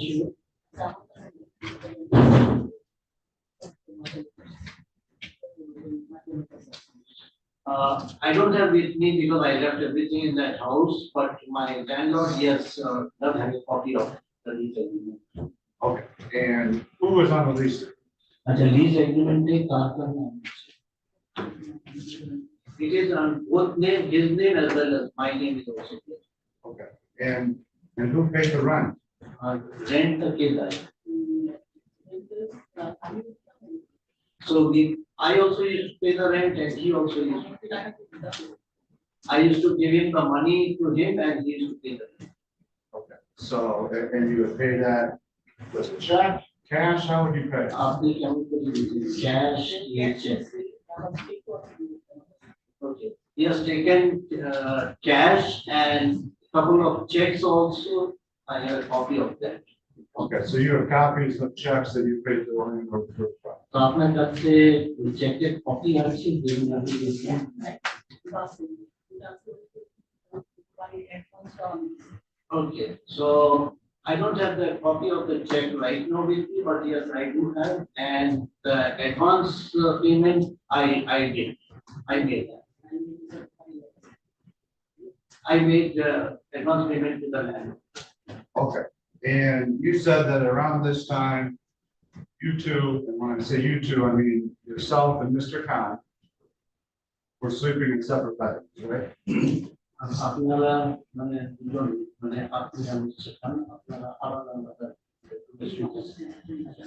Yes, for 3 months we used to sleep separately. Okay, and so drawing your attention back to the alleged incident, isn't it true that you advised the officers that Mr. Khan first knocked on your bedroom door? No.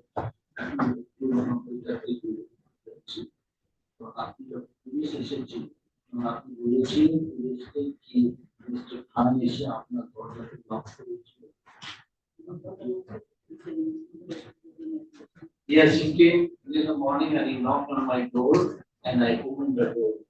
Okay, and had you been fearful of Mr. Khan prior to that incident? Had you been fearful of Mr. Khan prior to that incident?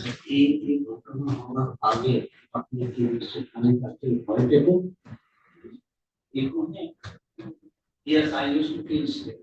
Okay. Because he used to threaten me. Okay, but with that fearfulness that you had of him, you still amicably opened the door to talk to him or to argue with him, is that right?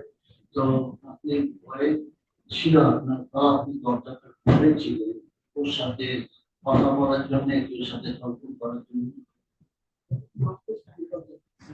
When he knocked, yes, I opened the door.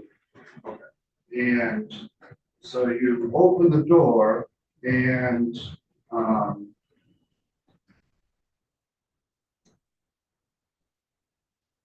then some sort of incident with gasoline and a lighter took place, right? Gasoline and lighter incident.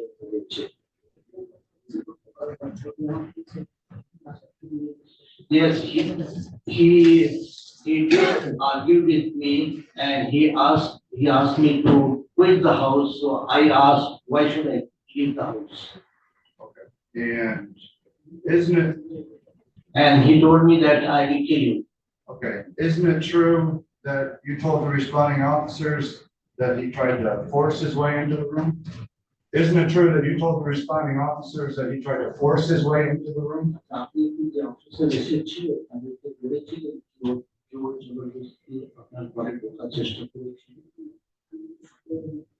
Yes, I told and I pushed him out. Okay. So at first you opened the door voluntarily, right? So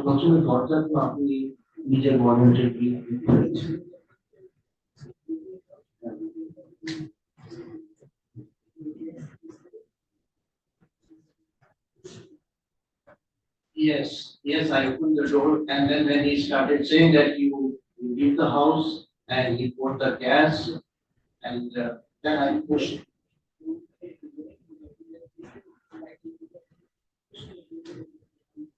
Yes, after pouring the gas on me and taking out the lighter, then I just pushed him and I knocked him. Okay. And I called the police. Okay. And so that was at sometime between 6 and 7 in the morning on January 6th, right? January.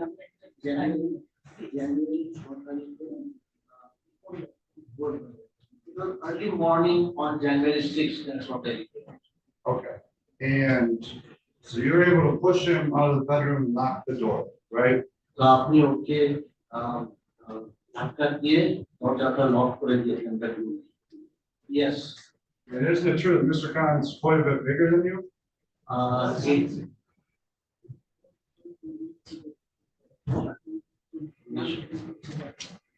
He was a little bit drunk. So he was. That's why I could push him. So he was a little bit drunk at 6 or 7 in the morning. He used to drink all night. Okay. And so because of his intoxication, you were able to push him out of the room so quickly and lock the door.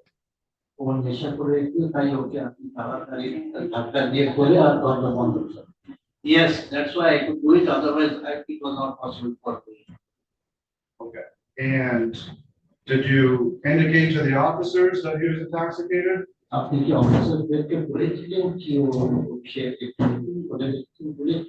Yes. Okay.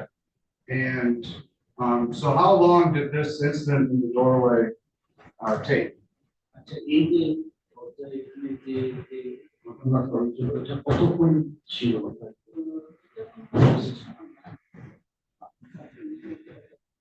Okay, it was not for too long, but it was something around 5 minutes. We had the verbal argument and this incident.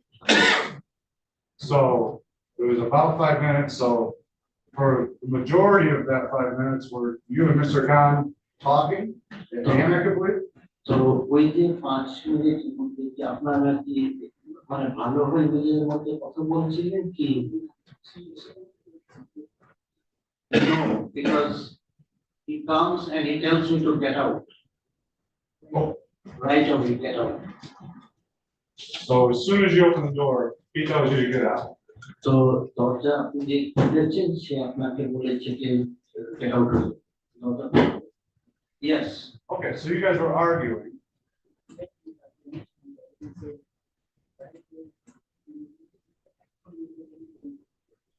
Yeah, he told me that you just leave the house immediately, otherwise I will kill you.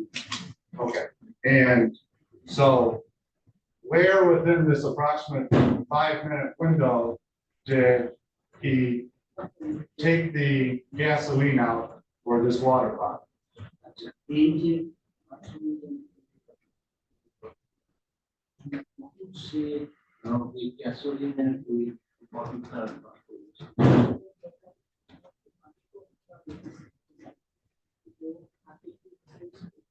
I was not able to see him.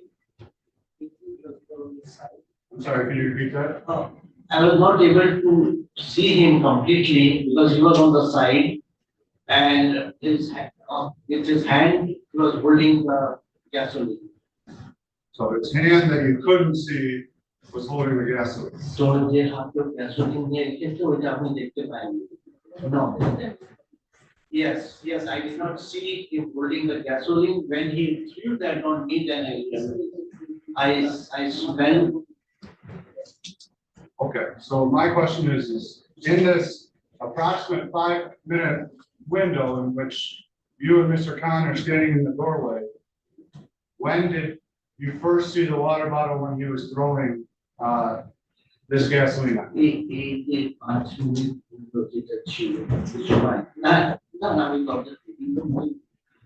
ওই সময়ের মধ্যে আপনি কখন দেখলেন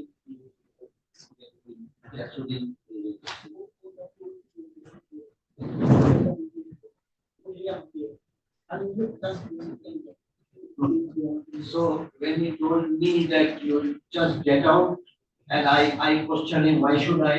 That moment he just threw that on me.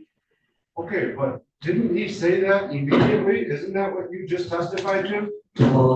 আপনি তো এই বললেন যে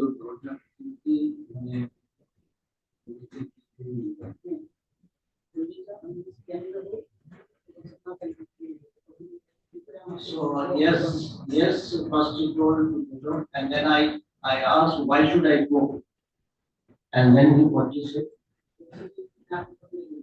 So he said that. Then he said that if you don't go, I will kill you, and then he threw that gas on me.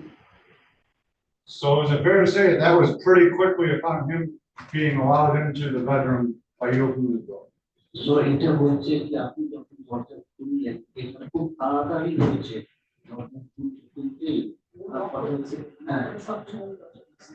he was knocking and then I opened the door.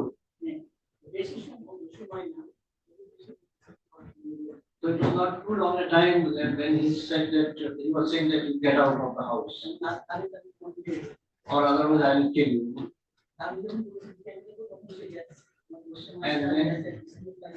And then when I said I asked why should I why should I leave? And then he immediately threw the bottle on me, gas on me, and I could smell that. Okay, so the remaining portions of this 5-minute encounter, what happened? Okay, so it is. So that I'm mentioning the time by some idea, because I didn't watch, I was not keeping an ear counting the time on the watch. Right, but there's a difference between 5 minutes and 30 seconds or a minute, right? No, I'm just saying it's an idea. I did not look at your watch. Okay. I'm just making an idea and that. Okay, so you don't really know how long it's stuff. So আপনি সত্যি আপনি জানেন না কি কত সময় No, I did not actually. Yeah, I'm just saying it's an idea. I did not count the time exactly. Okay, so why did you just testify that it took approximately 5 minutes? আপনি তাহলে কেন 5 মিনিটে এটা I was telling you an idea. Okay. So you allegedly tried to throw this gasoline on you, and what type of water bottle was this? Okay, it is just that regular drinking water bottle that we often buy. Okay, so you guys would often buy it, so you might know what type of brand that water bottle might be, right? So water bottle is brand. No, brand I don't know. You don't know. Okay, and so in this incident where he's throwing gasoline on you from a water bottle, and you slam the door on him and lock it, did you see where the water bottle went? Did you see where the water bottle went? I'll repeat the question. After this incident and you locked the door, did you see where the water bottle went?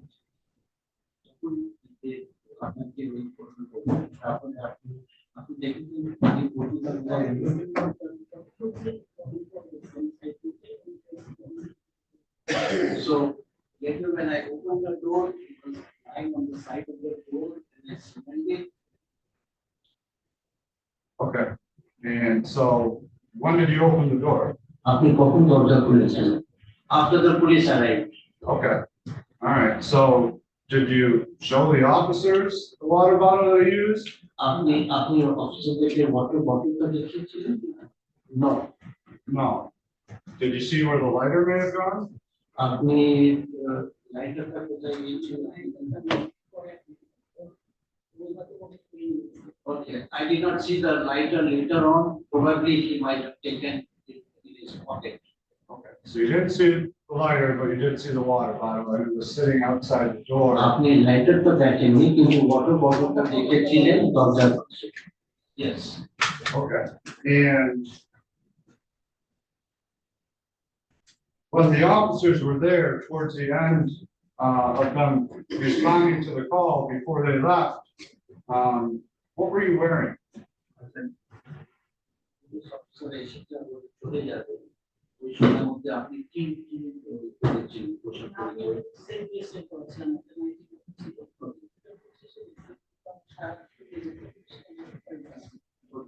So I was wearing the same nightie. It was a nightie dress. The police saw, and they also made me take bath, and they saw the same dress. They also made you what? So police was standing, and they requested me. They asked me to take a shower because it was smelling very strongly all over the world. Okay, and isn't it true that you asked the officers if they needed to get your clothes for evidence for court? Police said আপনার সে বলেনি কিছু ওটা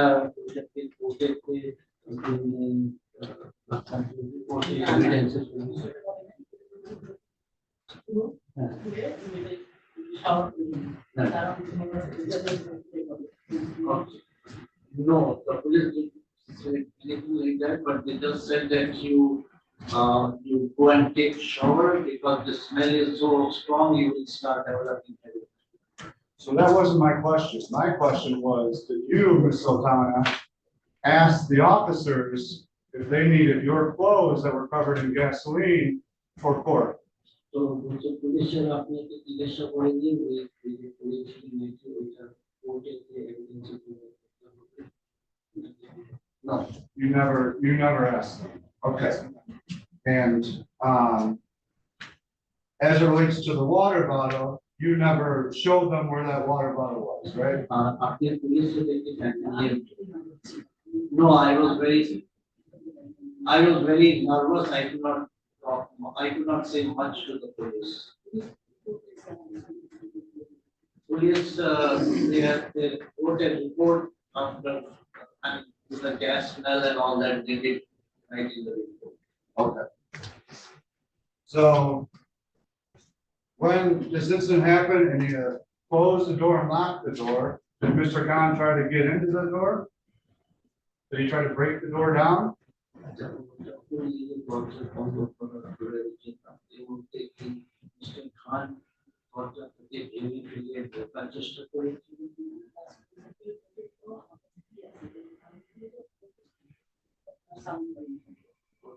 No, he didn't do any forcefully like that, but he said that open the door, I have the key. And then when the police. The answer is no. Next question. And so you're indicating that none of this happened on the evening of January 5th, 2022, and that everything happened in the doorway on January 6th, 2022, correct?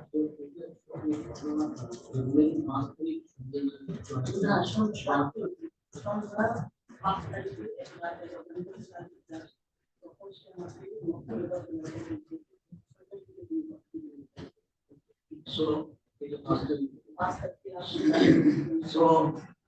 on fifth night, there was a discussion where Mr. Khan said that tomorrow morning at 6 a.m. you will leave the house. Okay, but this incident happened on the 6th of the morning. Including the gas, the incident is showing the gas and already happened on the 6th. So right after you locked the door, did you call the police right after? Right after you locked the door in the early morning on January 6th, did you immediately call the police?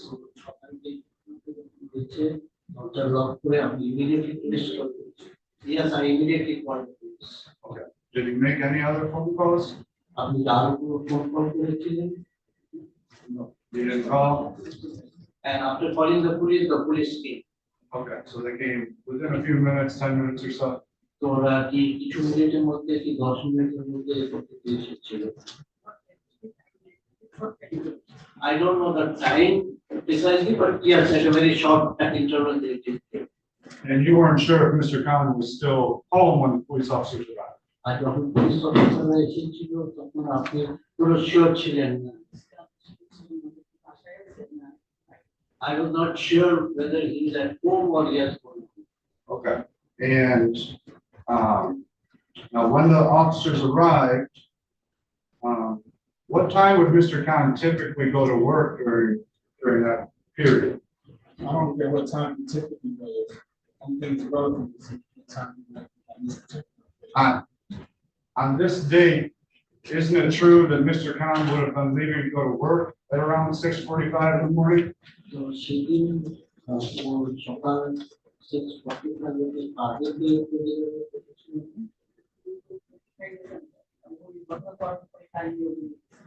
I don't know where did he go, but after the incident, he just went away with the car.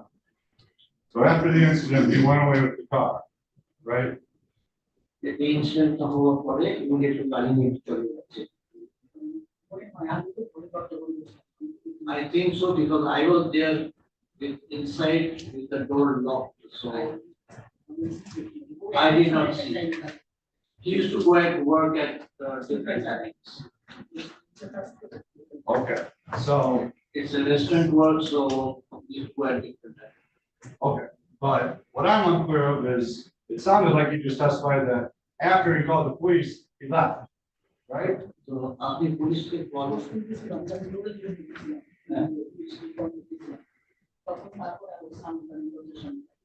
so when I was calling the police, I could not, I was speaking very loudly, I could hear his movement, but after that, I did not hear his movement. And did you ever tell the police officers that responded that he left right after you called the cops? So आपने police अफसर को बोलेছিলেন যে আপনি ওদেরকে টাকা পরে চলে যাচ্ছে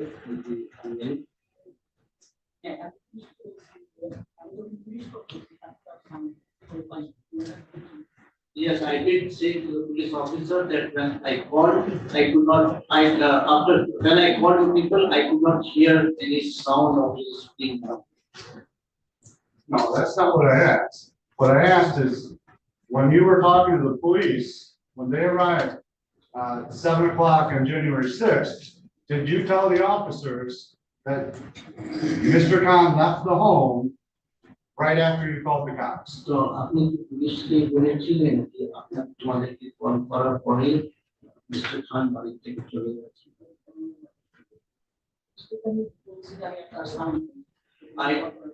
Yes, I did say, and I told the police that I did not find any sound of his being around. So maybe after calling you, he must have left. He might have left. No, but, yes or no? Isn't it true that you told the officers that he left after you called 911? Yes. Okay. When in reality, you didn't know. Is that what you're testifying to today? এটা সত্যিটা আপনি জানতেন না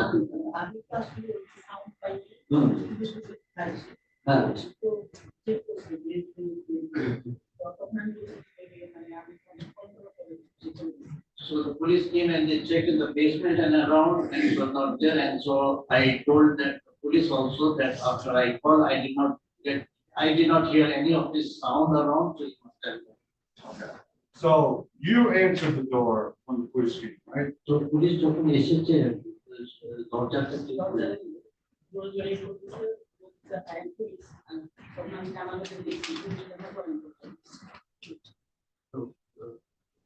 So they were banging on the door, and then I just looked from the window, and when I saw it is police, I opened the door.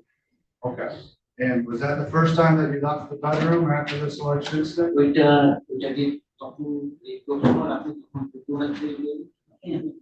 Yes. Okay. And so when you went to open the front door, did you see Mr. Khan's vehicle still at the property?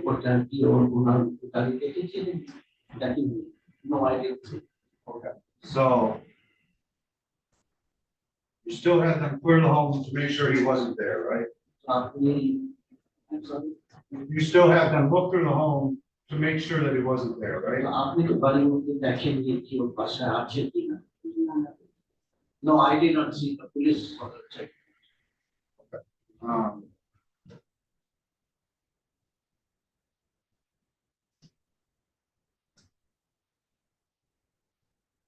And you indicated that you were able to stop Mr. Khan before he was able to allegedly grab this lighter and light any of the gas that had been poured in, right? So আপনি okay stop করেছিলেন লাইটারটা দেওয়ার আগে আপনি okay stop করেছিলেন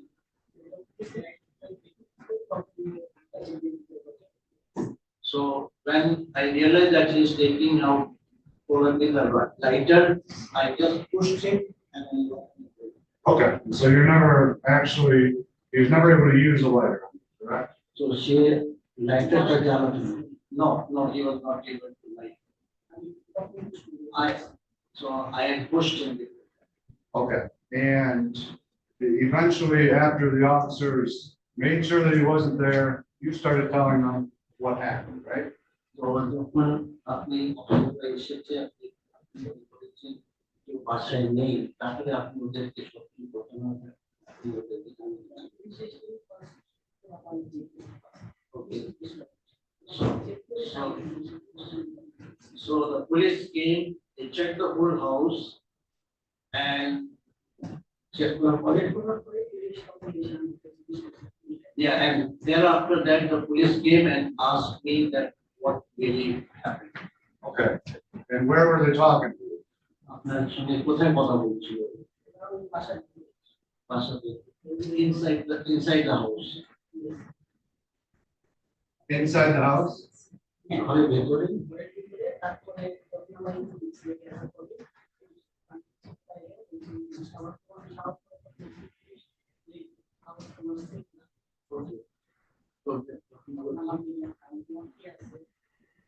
বাইরে দাঁড়িয়ে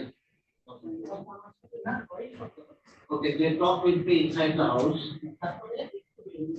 Then they stepped out a little bit and asked me to take a shower.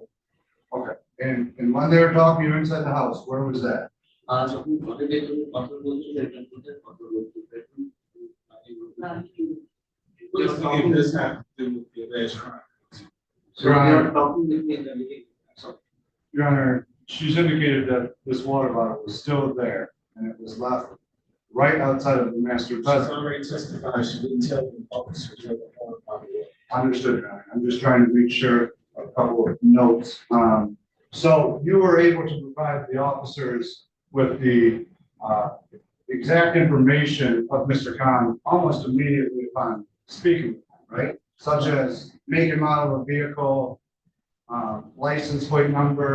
You had a copy of his ID on your phone. Is that correct?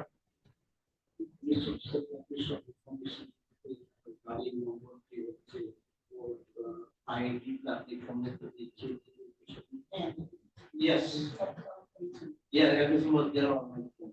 Okay. And did you have that for any particular reason? Not care.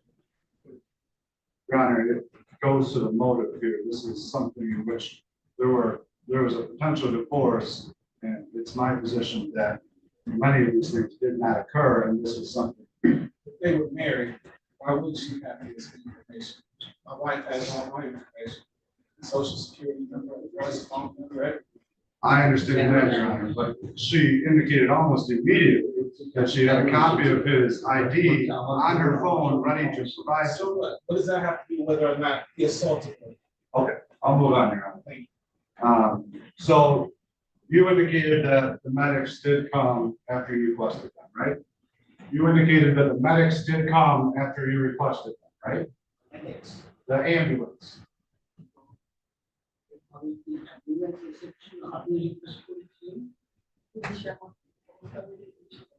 No, it's not me, the police report, and I became sick then. I was nervous, I was shaking. My blood pressure also was very high to check. So the police called the ambulance, seeing my condition. The officers asked you if you wanted the ambulance to come, right? So police officer আপনাকে জিজ্ঞাসা করেছিল কি অ্যাম্বুলেন্সকে ডাকি কি ambulance আসুক police officer জিজ্ঞাসা করেছিল yes And you responded yes. আপনি বলেছিলেন হ্যাঁ yes And they checked your vitals when they got there, right? ওরা এসে আপনার blood pressure সব vitals করেছিল yes And they didn't find that you had high blood pressure, right? What are we talking about? Right. I don't care if she has high blood pressure. Your vitals were fine according to the medics, right? So ambulance এসেছিল paramedics এসে বলেছে আপনার vitals সব ঠিক আছে no pressure was high. Okay. And you asked the officers prior to them leaving, if you could take the personal property from the home, right? আপনি police অফিসারে যখন এসেছে যাবে তো আপনাদেরকে জিজ্ঞাসা করেছিলেন যে আপনাদের পার্সোনাল প্রপার্টি আছে কোনটা আপনি বাসা থেকে ভাগ করে নিয়ে যেতে পারেন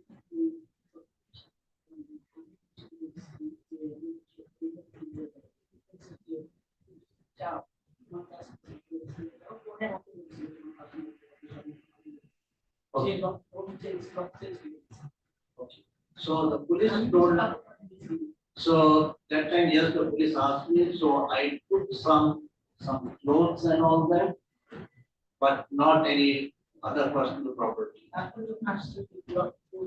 Later, when I came, I found that the door locks have been changed. Okay. And,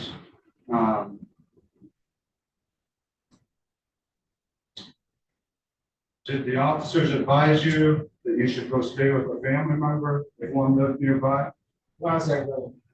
Because she's indicating that she's fearful, and I'm trying to ascertain whether she returned to the home after this incident. Did you go to work that day? Did you go to work on January 6, 2022?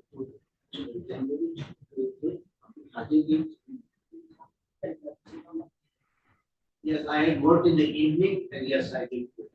Okay. And did the officers see any sort of signs of? Okay. And so you never went to the hospital, right? No, I was scared of it. Okay. That's been answered. So after the officers left, you showered to get the gas out, right? After the officers? After the officers left the inside of the home and were outside the property, you went and showered to get the gas out, right?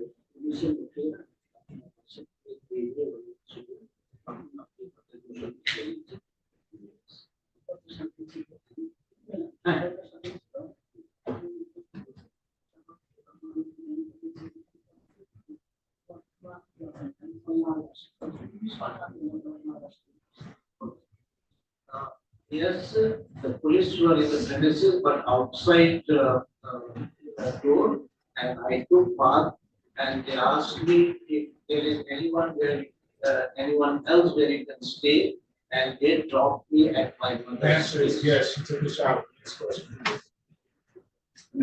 They dropped you at your family member's house. And did the officers tell you what would happen next in the case? Who cares? Not relevant. Did you end up calling a detective, or did a detective call you?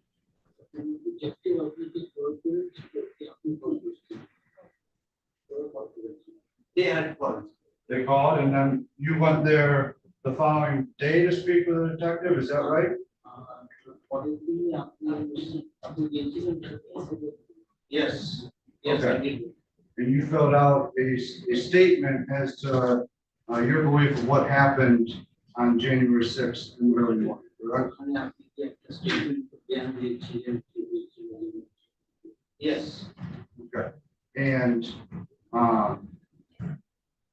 shortly after this alleged incident, did Mr. Khan file for divorce?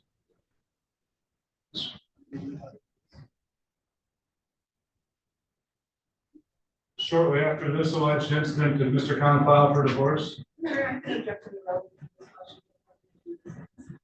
Your Honor, this goes to the motive, Ms. Sultana. After the fact.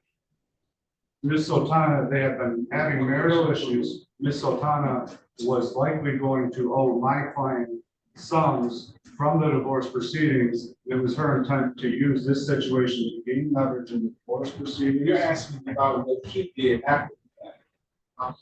This is state objection. Can I go into the divorce at all? No.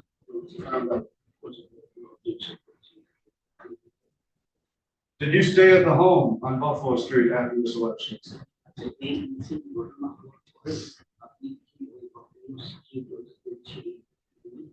No. Where did you go? Why is that relevant? I went to my mother's. Hold on a second. Why is that relevant, counsel? Why do I need to know where she lives as relates to these charges? I'll move on. Thank you. Are you two still married? No. He has divorced and he has taken $20,000 from me. Was that in Wayne County Circuit Court?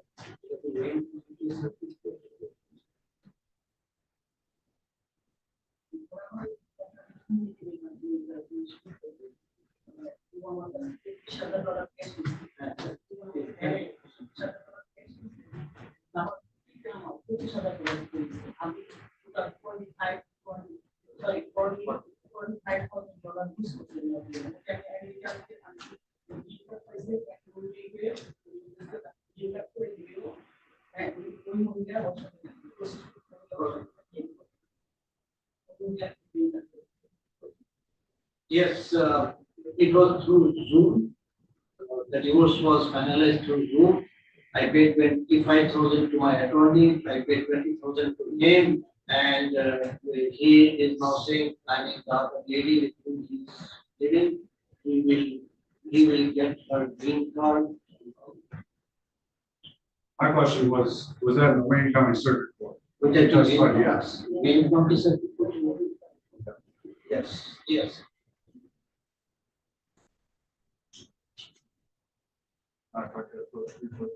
So, what?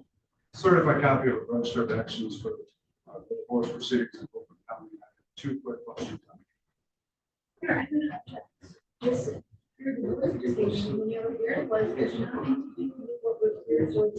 It's to impeach witness. She's indicating that this was in Wayne County, it was in Oakland County. The reason She that doesn't know the difference between Oakland County and the Wayne reason County. that it was Why in- do I care? What does that have to do with whether or not she was assaulted on, what date was this? January 6, 2022. January 6, 2022. What does their goes divorce have to- to do with that? goes- I get counsel, you've been on this way too long. I've been very, very patient. I've allowed you to ask questions ad nauseum. I am sick and tired of hearing this nonsense now.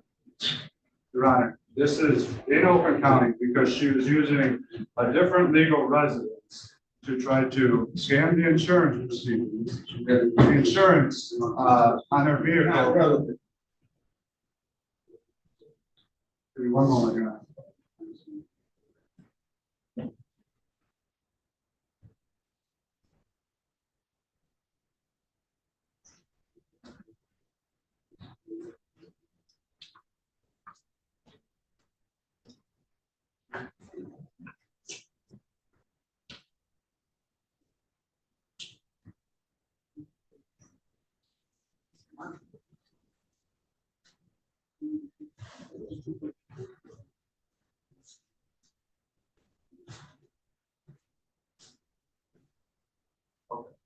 And so I just want confirmation that this alleged incident in the doorway took place on January 6th in the morning hours, right? Ask and answer. Nothing further than that. Can you redirect? Nothing further. Thank you, ma'am. You may step down.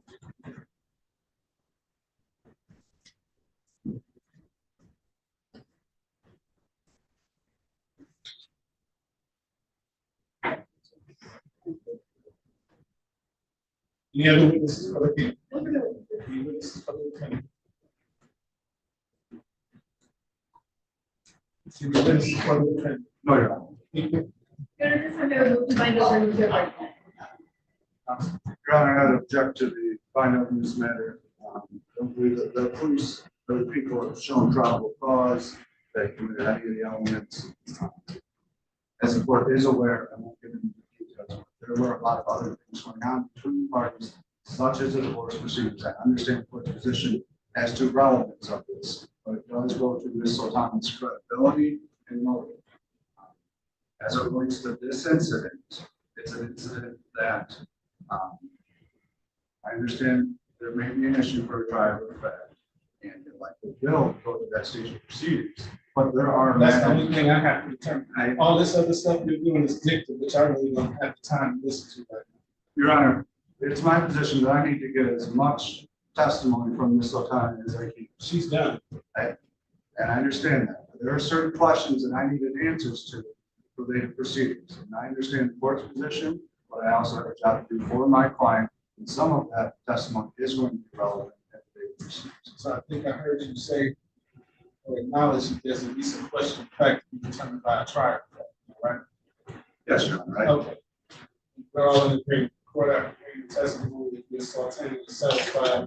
The people met their burden of probable cause as it relates to the charges contained in the The court finds those charges were committed in the city of Detroit. The court finds probable cause to believe this is committed. Defendant will be bound over to Lane County Third Circuit Court of Criminal Division of Public Proceedings. His arraignment on the information dated time of February 5th, 2024 at 9:00 a.m. and bond will be considered. February 5th, 24 at 9 a.m. Yes, sir.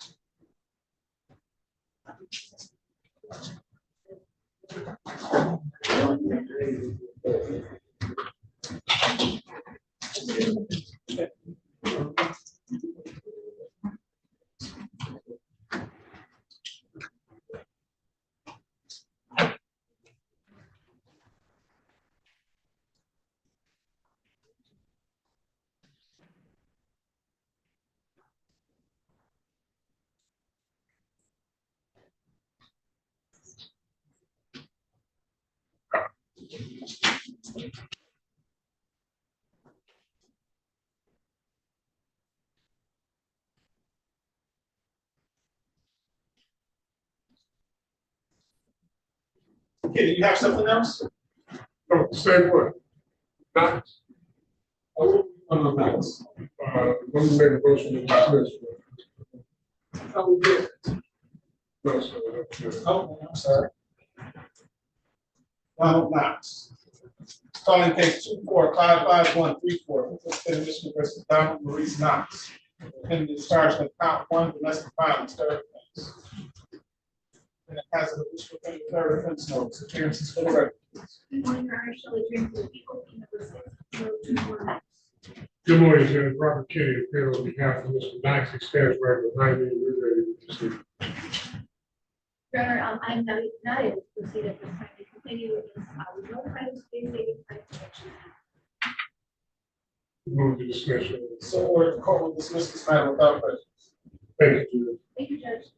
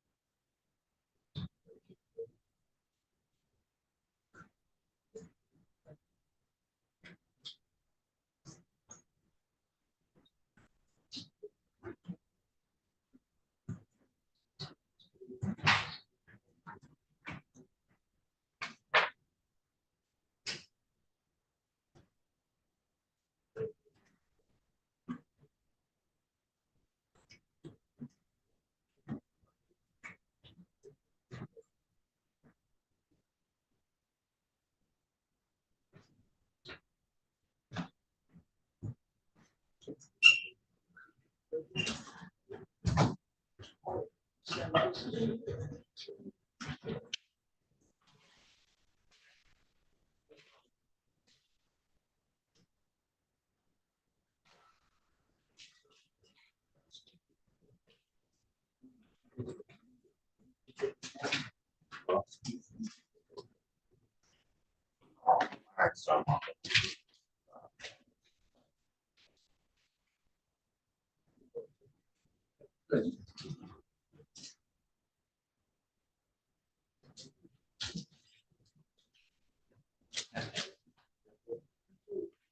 good. Thanks, you too. Two cases left, right? Three cases. Three.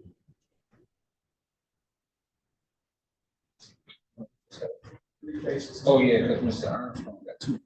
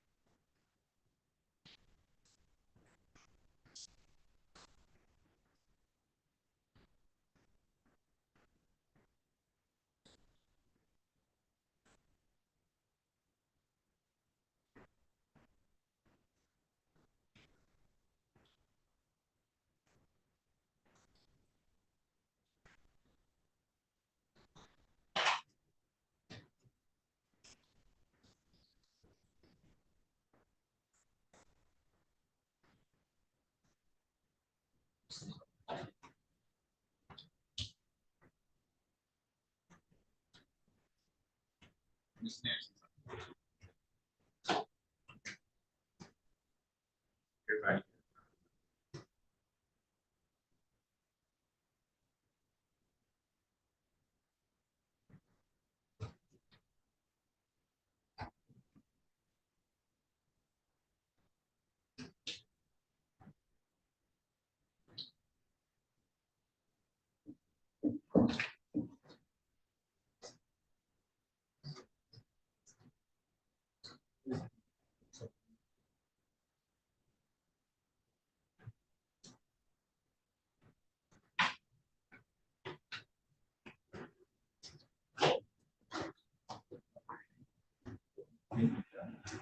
Moving right along. Yeah. Well, just is Ms. Nancy here yet? She is. I've been talking to her client. Okay. Mr. Gazicki is here too.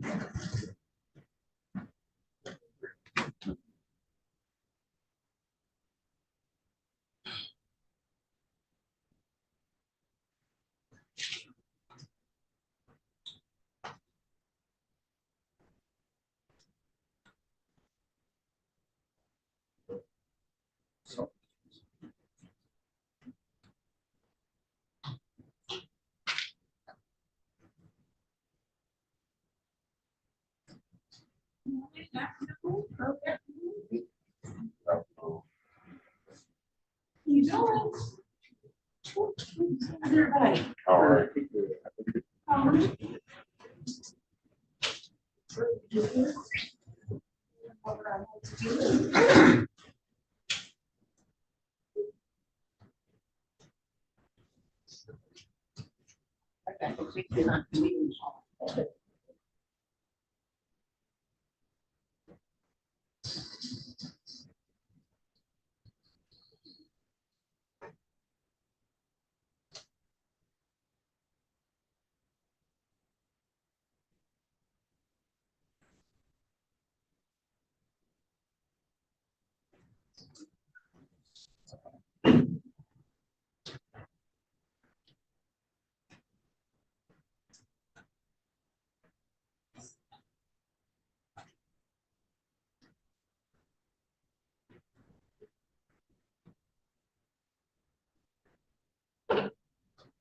Yes, sir. Do we have anything from the church? Oh, yeah. Oh. All right.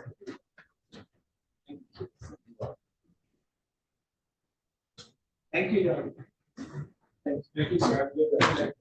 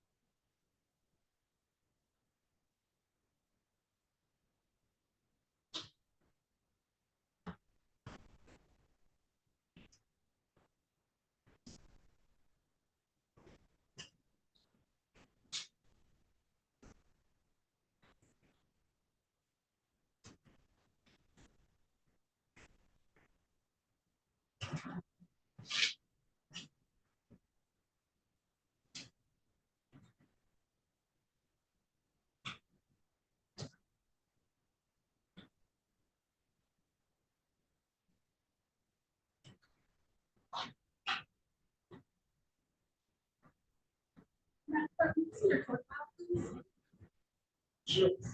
Oh, sorry, Judge, I didn't know what you had.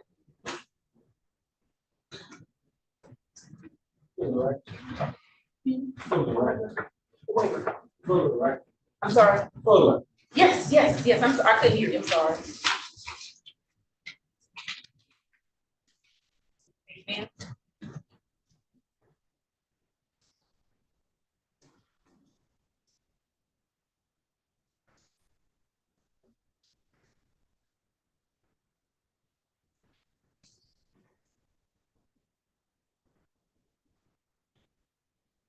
Yeah.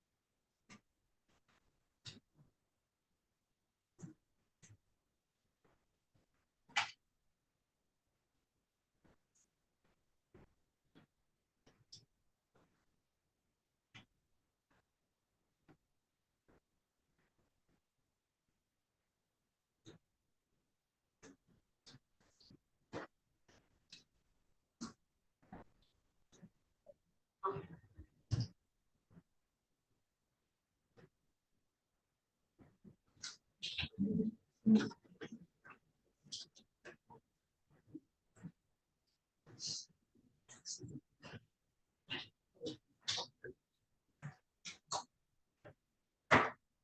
case 2455113, Equal State of Michigan versus Brandon Christopher Cole. And is charged with count one assault and resisting obstructing police officer. Count two domestic violence. Here's to the record. Good morning, Your Honor. And good morning, Judge. May it please the court, Janeki Nance, P 68686, appearing on behalf of Mr. Fuller, who's standing to my left. Mr. Fuller, please state your name for the record. There's a date time set for preliminary examination. Ms. Nance. Judge, Mr. Fuller and I, we've had an opportunity to discuss his right to a preliminary examination. I've explained to him that he does have a right to a preliminary examination on the felony counts that are on the warrant. It is my understanding that Mr. Fuller would like to waive his right to a preliminary examination on that count and everything else that travels with it, and have this matter bound over to circuit court. Is that correct, Mr. Fuller? Speak loudly so the court will hear you. Mr. Fuller, please raise your right hand. You swear or affirm to tell the truth, the whole truth, and nothing but the truth, so help you God? Yes. Thank you, sir. You understand you have a statutory right to have a preliminary examination. By waiving the same, that means you won't have one, and you'll be wound over to Wayne County Third Circuit Court as you stay in charge. You understand that? Travel with that? Yes. Already. No.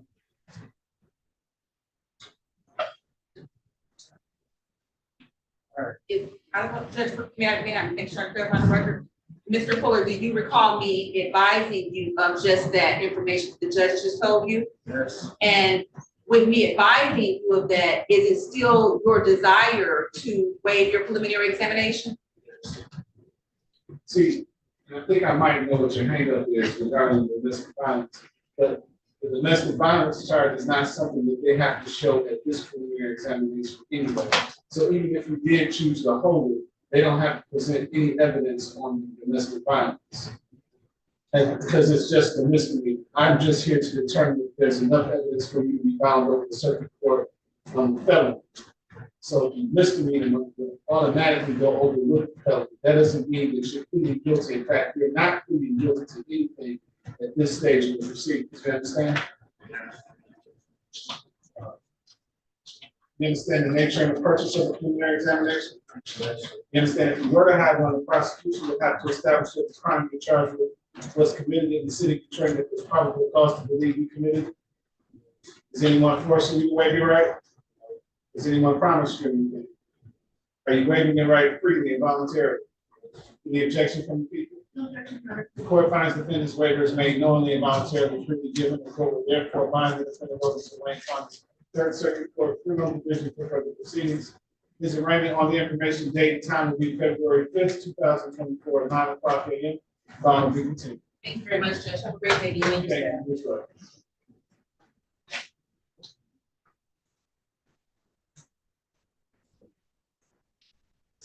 Let's have Mr. Gazicki in on Armstrong.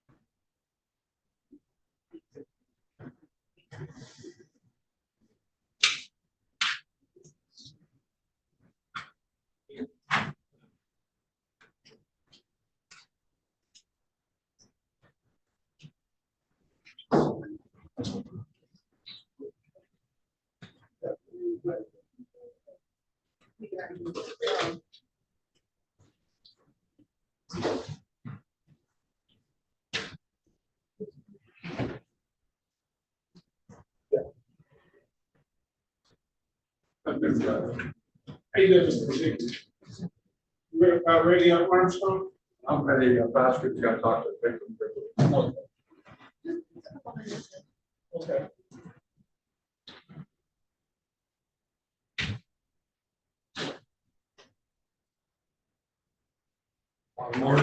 your staff, right? Long morning for you and your staff. They're all like this.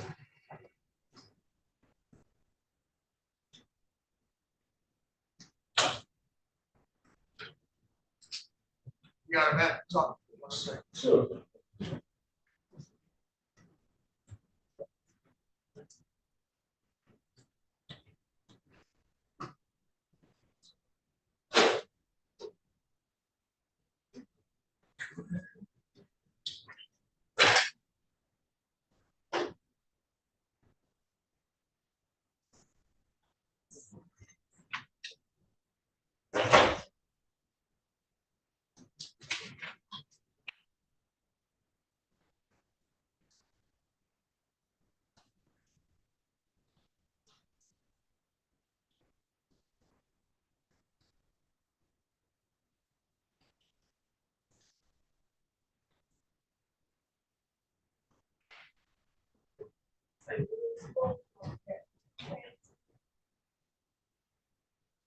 Oh, the one I was talking about is not moving down. Oh, yeah.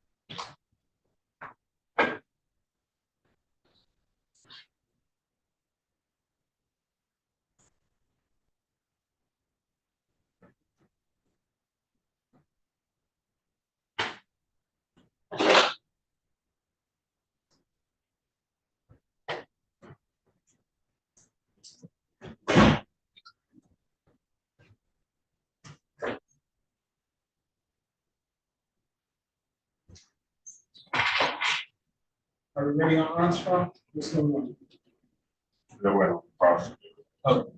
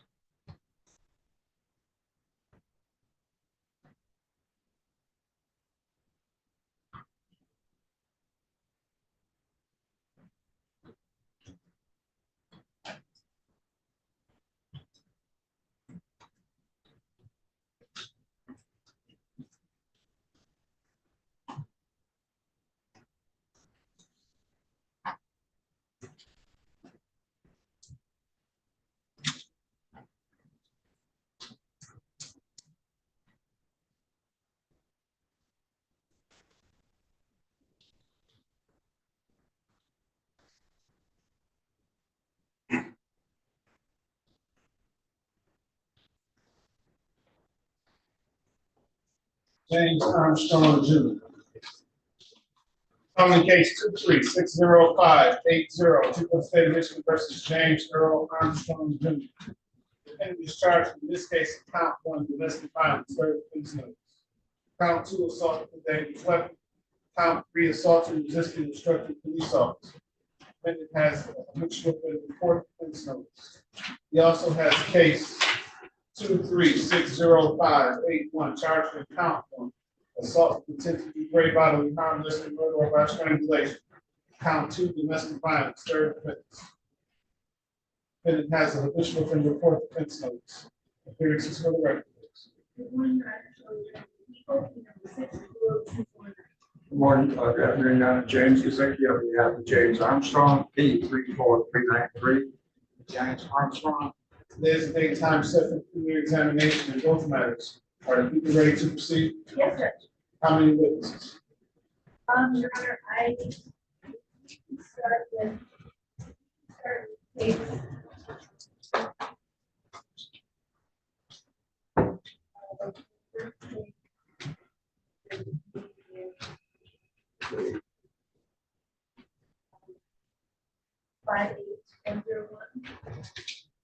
Okay. Recalling 2360581, people versus James Earl Armstrong Jr. Yes, it does. And I just want to that I just heard people called their Armstrong.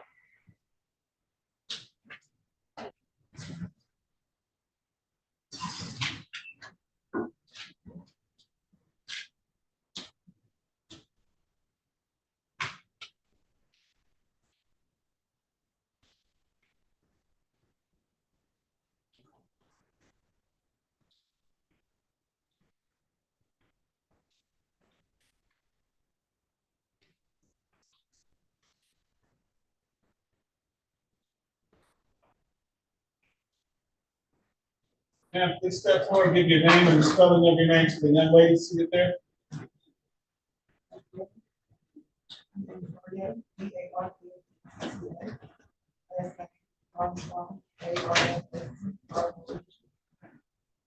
Please raise your right hand. Do you swear or affirm to tell the truth, the whole truth, and nothing but the truth, so help you God? Yes, sir. Thank you. Please have a seat in the witness box right next to me. Your voice up nice and loud and speak into that microphone that will be to your left once you sit down. Begin when you're ready. Thank you. Please state your name once again for the record. Darnetta Armstrong. Thank you. Ms. Armstrong, I'm going to be asking you some questions. If you don't understand something or if you want to repeat it, please let me know. Ms. Armstrong, take the microphone, place that in your lap so you can speak directly to that person.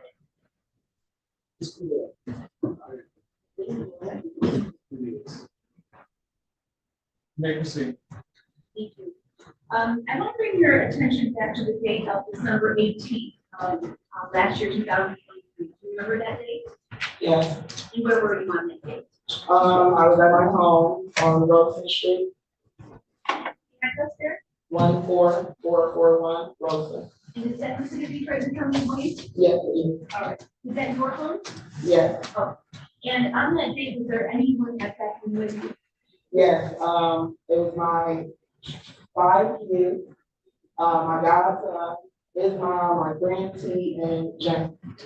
Okay, and when you say James, what is James' last name? Armstrong, my estranged husband. Okay, you're estranged husband. Okay. Do you see James Armstrong here today? Yes, For identification purposes, do you indicate what he's wearing today? a green jumpsuit. Okay, thank you, Your Honor. Please represent Defendant James Armstrong. So noted. Thank you.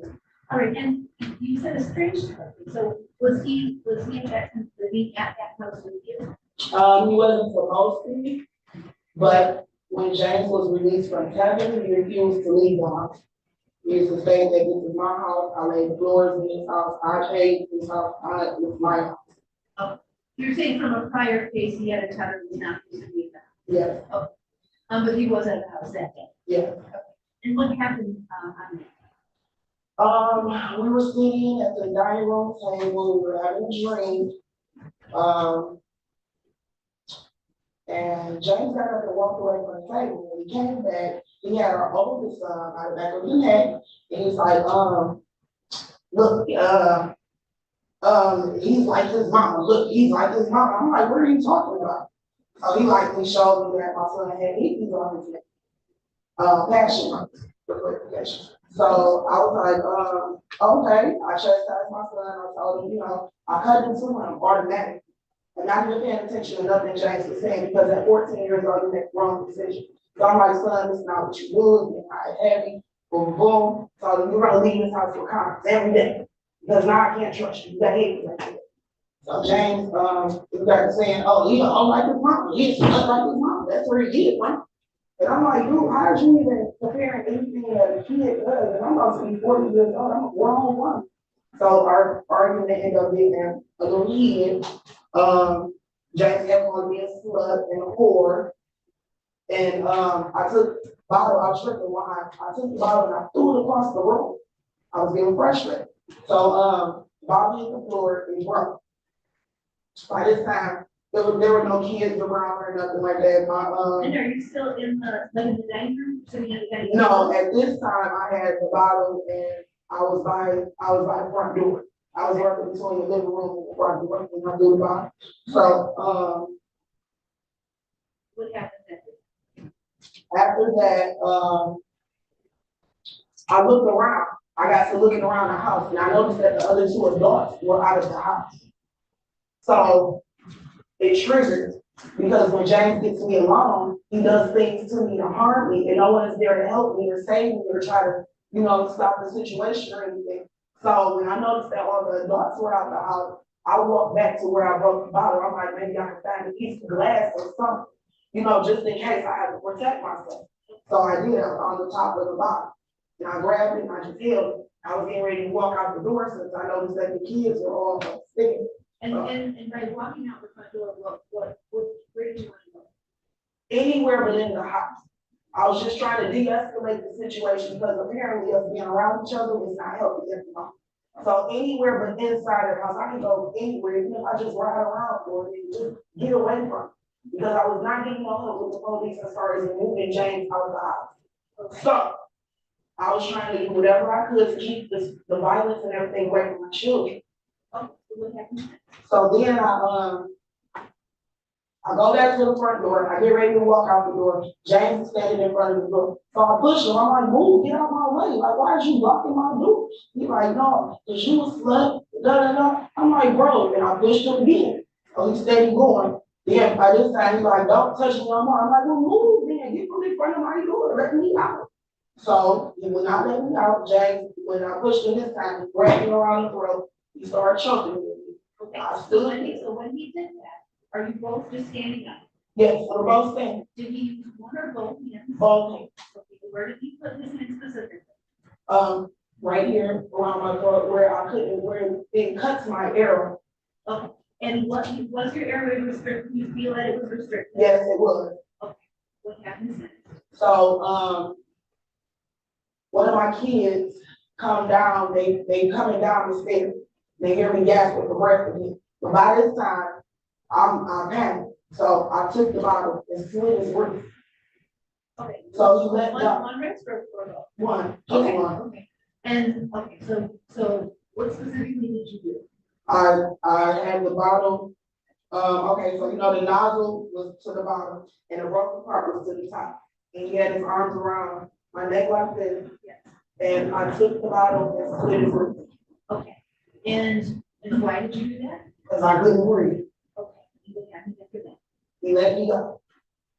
He moved from in front of the door, I ran out the house. James, he starts chasing. No, bitch, you cut me. You gonna die today. I hopped in my friend's car. Me and my girl, my homegirl, we hopped in his car and left my friend there. This is how much I was trying to get away from it. I had on shorts and a tank top and flip flops in the middle of winter. I was just trying to get out of the house, get away from the situation. We pulled off, I called the police and told them we had this, an incident or whatever, and I think he might need some medical attention. And so you called the police, told them what happened. What did you do next? James had took my truck. He took my car and went to drop my friend off. You made a foundation. So you're in the car with your friend, Yes. okay, and where did you guys go and what did you do? We rode around a couple corners for a minute because we didn't know what to do. She was just trying to, calm the situation down, like relax the situation a little bit. We didn't know what to do. So we just rode around a couple corners or whatever. We called our friend T and see where he was. He said James was dropping him off on Finkelman Woods. Okay, so you said your friend T? Okay, so you received some information about James Armstrong? Yeah. Okay, upon receiving that information, what did you do? I was already on the phone with the police. So I was like, no, officer, he's not here. He's on wards and things. And I gave them the address to where he was located. I said, he's taking my car. If it's possible, can y'all help me get my car? Okay, so what happens after you give information to the police? So they told me to pull up at the location. The police told me I need to be at the location of the address that I gave. Did you go to that location? Yes, I did. When I got there, the EMS was there. James was being seen by the EMS. His wrist was getting taped up, wrapped up. So. And where was the vehicle? Right next to the EMS. So my friend then jumped out of the car that we was in, got in my car because it was still started, but there was no key in it. And she parked it around the corner and I would push to start. Once you turn the car off and there's no key in there, you can't start it back up. So my car was stranded. James would not give me my keys. He took my keys and would never give me my keys back. My car was stranded for days around the corner. So neither here nor there. I just wanted him to get a medical attention. He went in their house and did not come out. He refused to come out the house. So when the police got there, they could never go through with the rest of the report because they never heard his side of the story. Did you tell the police what I happened? did. Okay, and what happened after that?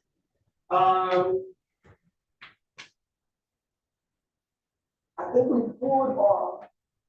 I think we got taken and pulled off. We got my friend T and we pulled off. We didn't really do anything because I knew that he was still around.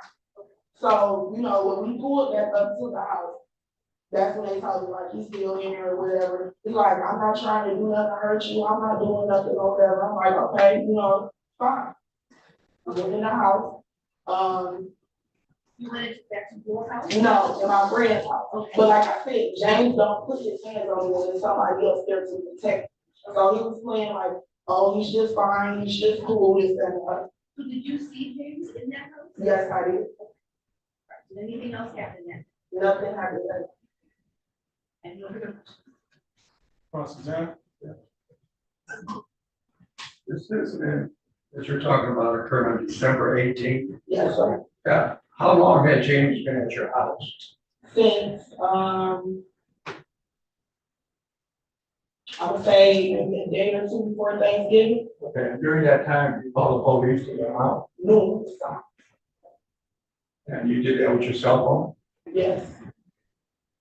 Now, on the day of the incident, on December 18th, you stated that you were sitting at a table and y'all were drinking, is that right? Yes, sir. You recall how much you had to drink? No, I did have a bottle of table wine, but I didn't drink all the bottles to myself. We were sharing it around the table amongst 4 people, so no, I didn't count how many cups I had. How big a bottle was that? I'm not sure. And when this incident happened, you stated everybody left, right? I'm sorry. When you got in a confrontation or argument with James, everybody left. Everybody left the room. Everybody left the room. And that's when you broke the bottle, right? Yes. And prior to that, though, James had made no action to harm you or anything like that, right? When you raise your voice, and I'm a domestic violence victim in my house, and I'm. Ma'am, that's not the question. That's, Did he yes, physically? I was afraid. Ma'am, please, let me ask a question. I was Did afraid. he physically, and at that time, make any move towards you? No. All right. And now, you indicated that you tried leaving the place, going out the front door, correct? Yes. Is there a back door to your house? Yes. You didn't try that, you just tried your way out the front door, right? My back porch is destroyed. I don't have any stairs on my back porch to get down. Okay. And then that's the only exit out of your house is the front door? The front door, there's a side door, but the side door is blocked off because there's repairs that haven't been done to my home yet, and I need assistance with that. Can you help?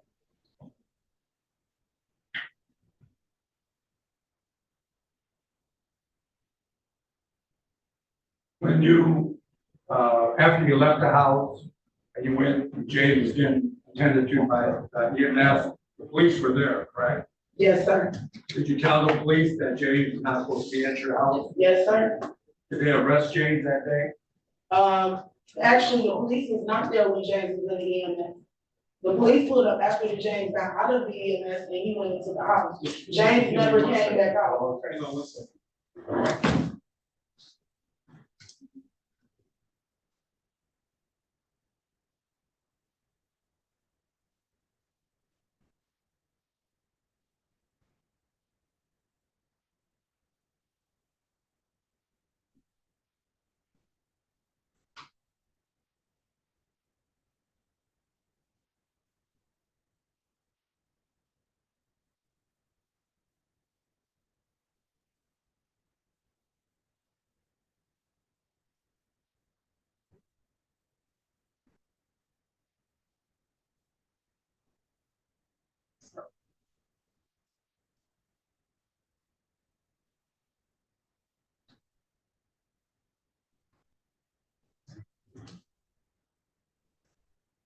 Sorry about that.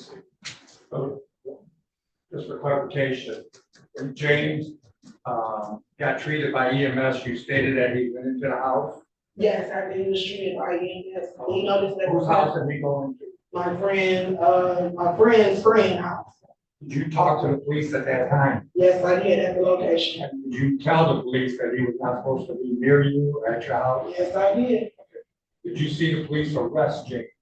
He never came out of the house. And the police never went to the house? They went to the house. They didn't have a warrant to go inside of the house. So if he does not come out, there's nothing they can do. Is that right? And I don't know if it's right, but that's what they told I got me. no further questions. Can you read her? Thank you, ma'am. She can put it on the second page. Yes. Okay, don't go too far. You have witnesses in this case. The witnesses for the lawyer. I agree, it is a question of fact. Court after hearing the testimony of Ms. Armstrong is satisfied. The people have met the burden of probable cause as it relates to the charges contained in the complaint. Court finds the charges were committed in the city of Detroit. Court finds probable cause involved over to Wayne County Circuit Court criminal division for proceedings. This is random on information date and time of January 29th, 2024. 9:00 a.m.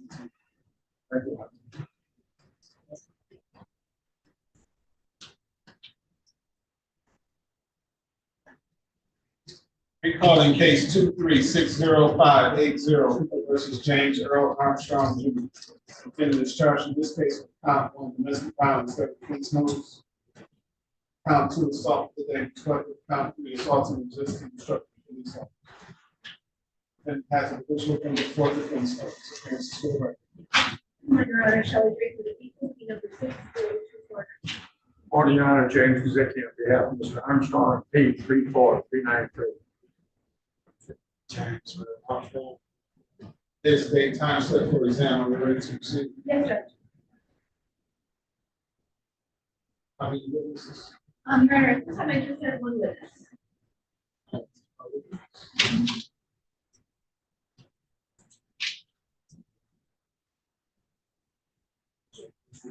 Your Honor, at this time the people who are at Armstrong.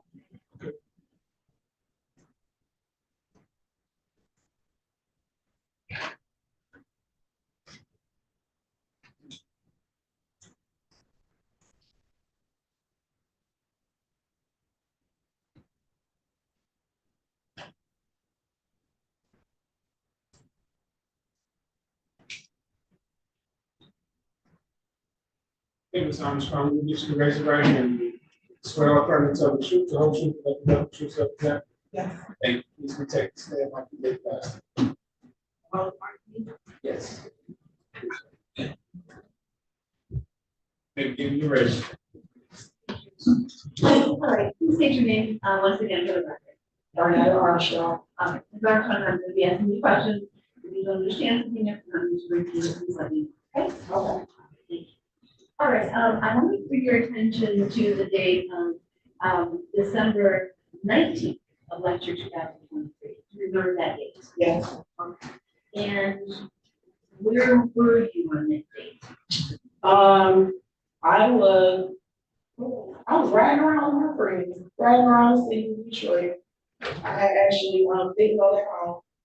I decided to ride around the night before and not escalate any more situation. Okay, so let me ask you, so when you say you decided to not go home because of the night before, are you referring to the incident that you just testified to regarding another incident with an individual? Yes, okay, the incident on the 18th. Okay, an incident on the 18th and with who? With James Armstrong. Okay, all right, and again, what's the nature of your relationship with James Armstrong? Husband, strange. Okay, and specifically for this case, I need you to tell me, see you in the court of this case. Yes. Okay, and could you state where he is looking for his name? Green Johnson. Your Honor, please, Mr. Johnson, this witness has identified the defendant James Armstrong. So no. Okay, so what happened on the 19th? On the 19th, I was headed home about 7 a.m. I received a call from James. A little bit earlier, like 6:37-ish, I'm not sure. I received a call from James. He was cussing me out. You just want to be a slut all the time. You stupid bitch. You don't let this baby here. My kids got to school. You're so irresponsible. So he just called me up. I'm like, what are you talking about? I'm like, I'm on my way to pick my godson up right now. I was literally en route to pick Darren up. So, he's like, y'all just ripping and running the streets. Y'all left this baby here. Blah, blah. I said, girl, what are you talking about? I said, I'm on my way. I'm on my way to get Darren now. Like, I'm on my way. So I ended up hanging up on him. He called my son's godmother and he started disrespecting her. Told her she was stupid. Were you with? No, I wasn't. That's hearsay. Okay, That's okay, hearsay. then, okay, so So, aside from that, what happened after that? I pulled up at the house with my friend T. James walked out the house with my godson Darren in his car seat or whatever. And let me just say, what house was it that you pulled up at? My home on Roseland Street. Okay, have you been back there since the previous incident on December 18th? Other than my friend T dropping James off, no, I did not step in the house, I did not get out of the car, and besides riding by, I had not been back there. Okay, so you're back there now? Yes. And what? So, when me and T pulled up, James walks out the house with Darren in the car seat, and, I'm like, okay, we about to drop him off. He's like, no, I'm going with you. So he gets in the back seat. So we both looking crazy, we like, okay, ride with me. And was the child put in the back seat? Yes, Darren was placed in the back seat, James got in next to him. Okay. We rolled to drop them off, and then, we rolled back. The whole time I'm just laughing about it, you know what I'm saying? Like, this is crazy, like, what are you doing?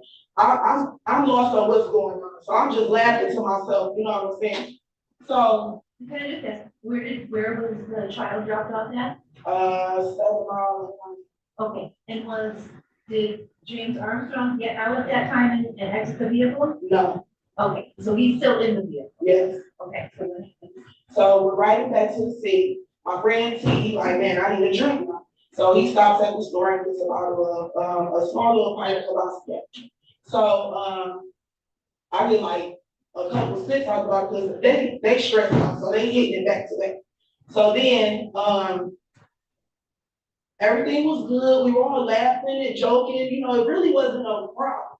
But they went back to the store to get another bottle of liquor.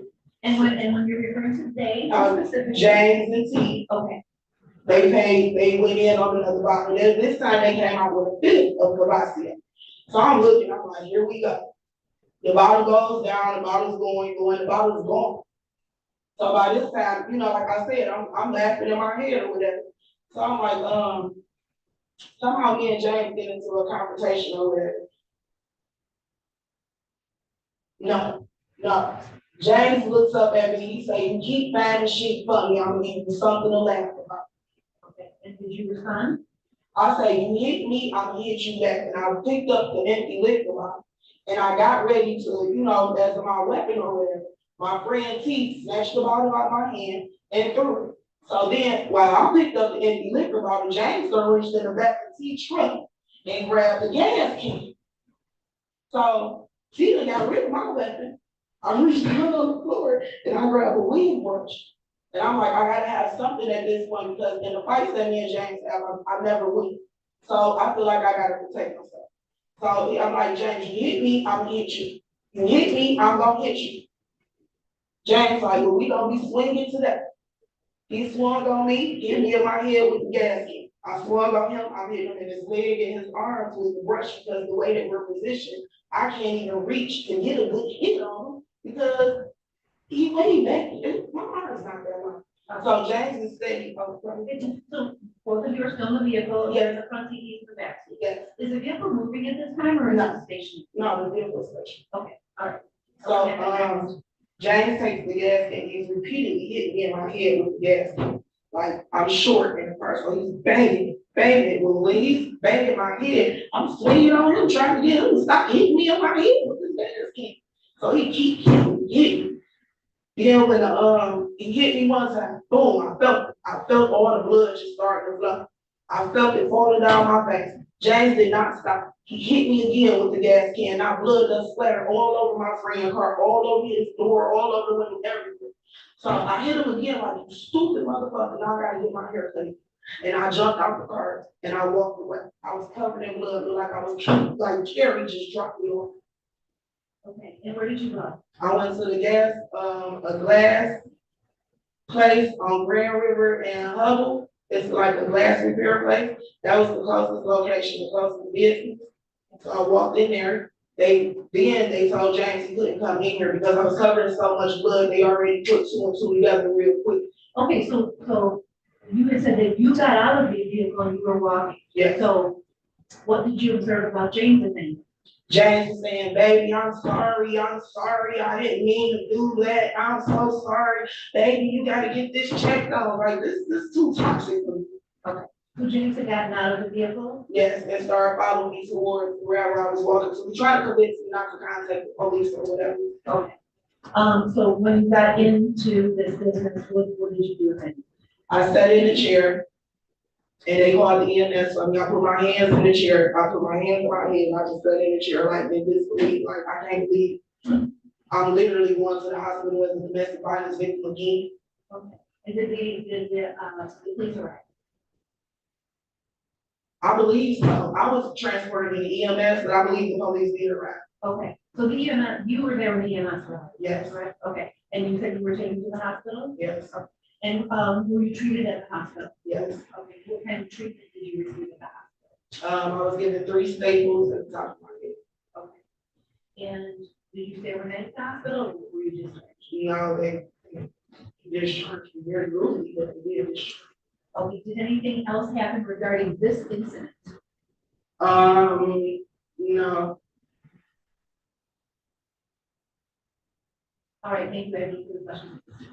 Prosecutor. How many people were in the vehicle at one time, the most? I'm confused at the beginning or at the end. Let's go, who was driving the car? My friend T was driving his car. What's the name? T. T? You know what the full name is? We call him Tank, so.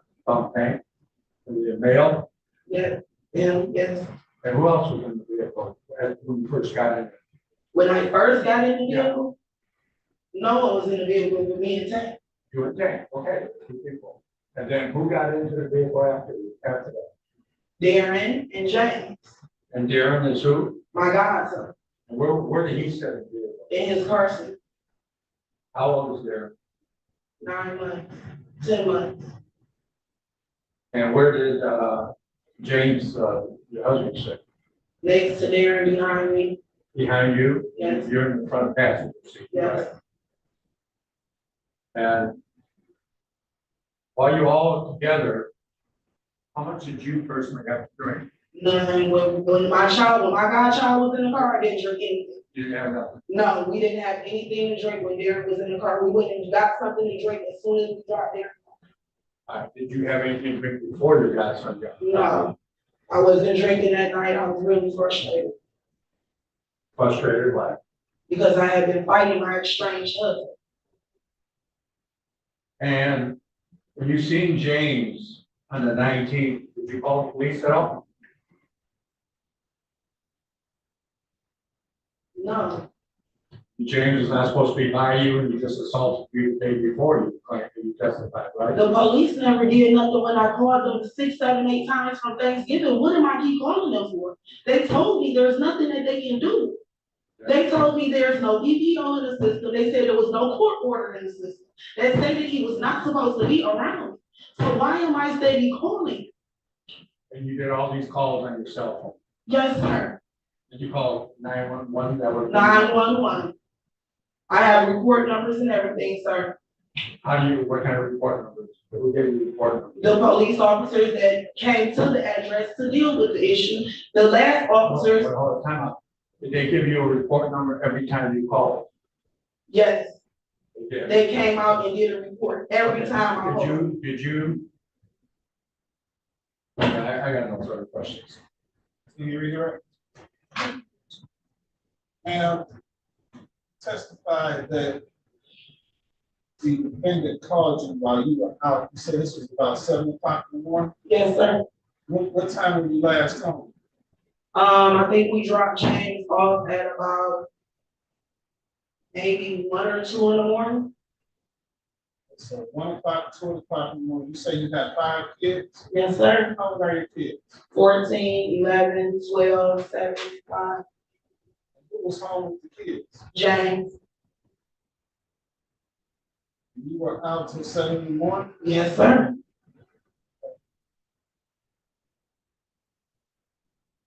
This gas can that you say you were hit with, is that a metal gas can? No, it was a plastic. Plastic gas can. You split your head like that? With extreme force. Yeah, it split my head. I didn't even think that it was going to do that, honestly. But when I seen the blood flying out my head, Anywhere on your head. oh, the stake was still there. Stake was still there? Yes, sir. I see. It's like 3. Yes, sir.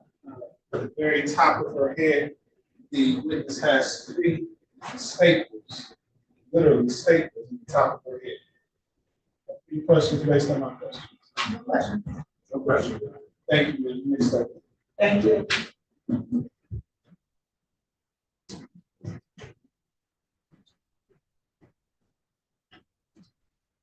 We have witnesses on behalf of the people. I'm not sure what you are. Witnesses on behalf of the people. Your Honor, this will move to line over and count 1 and 2. And the total officer. Not count 3 because the officer. I agree with this. This will count 3 and the other one question. All right, before after hearing the testimony of Ms. Armstrong in this matter, to satisfy the people that the verdict of probable cause as it relates to count 1, domestic violence, police notice, count 2, assault with a dangerous weapon. Count 3 will be dismissed for insufficient evidence. Court finding those charges were committed in the city of Detroit, the court finding probable cause to be disciplined for violence and over to Wayne County 36th Court. Criminal division for proceedings. Is arraigned on the information and date and time will be January 29th, 2024 at 9:00 a.m.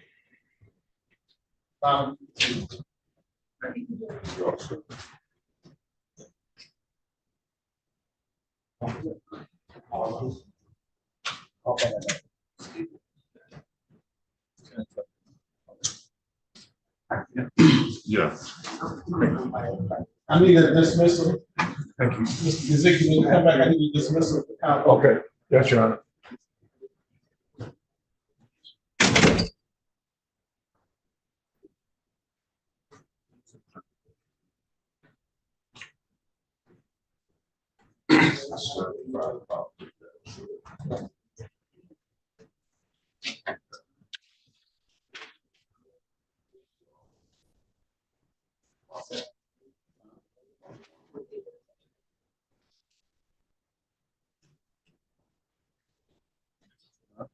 Thank you, thank you for all this one.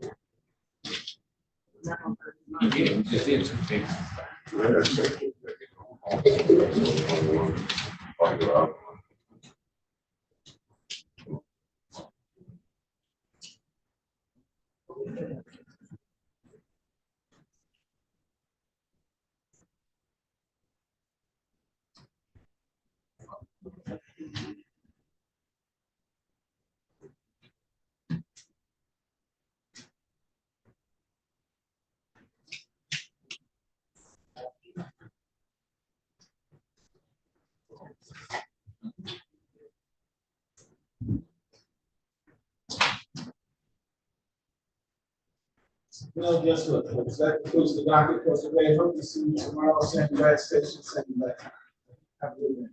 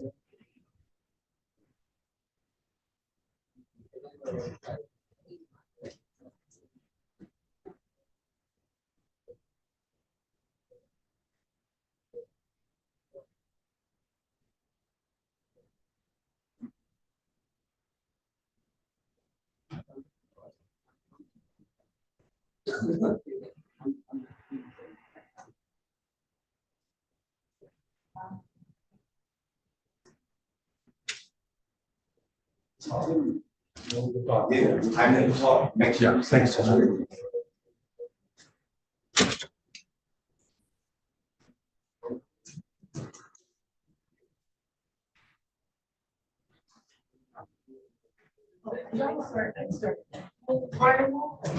I started it. Yeah, well, it's just gonna go forever. I think it should be going on.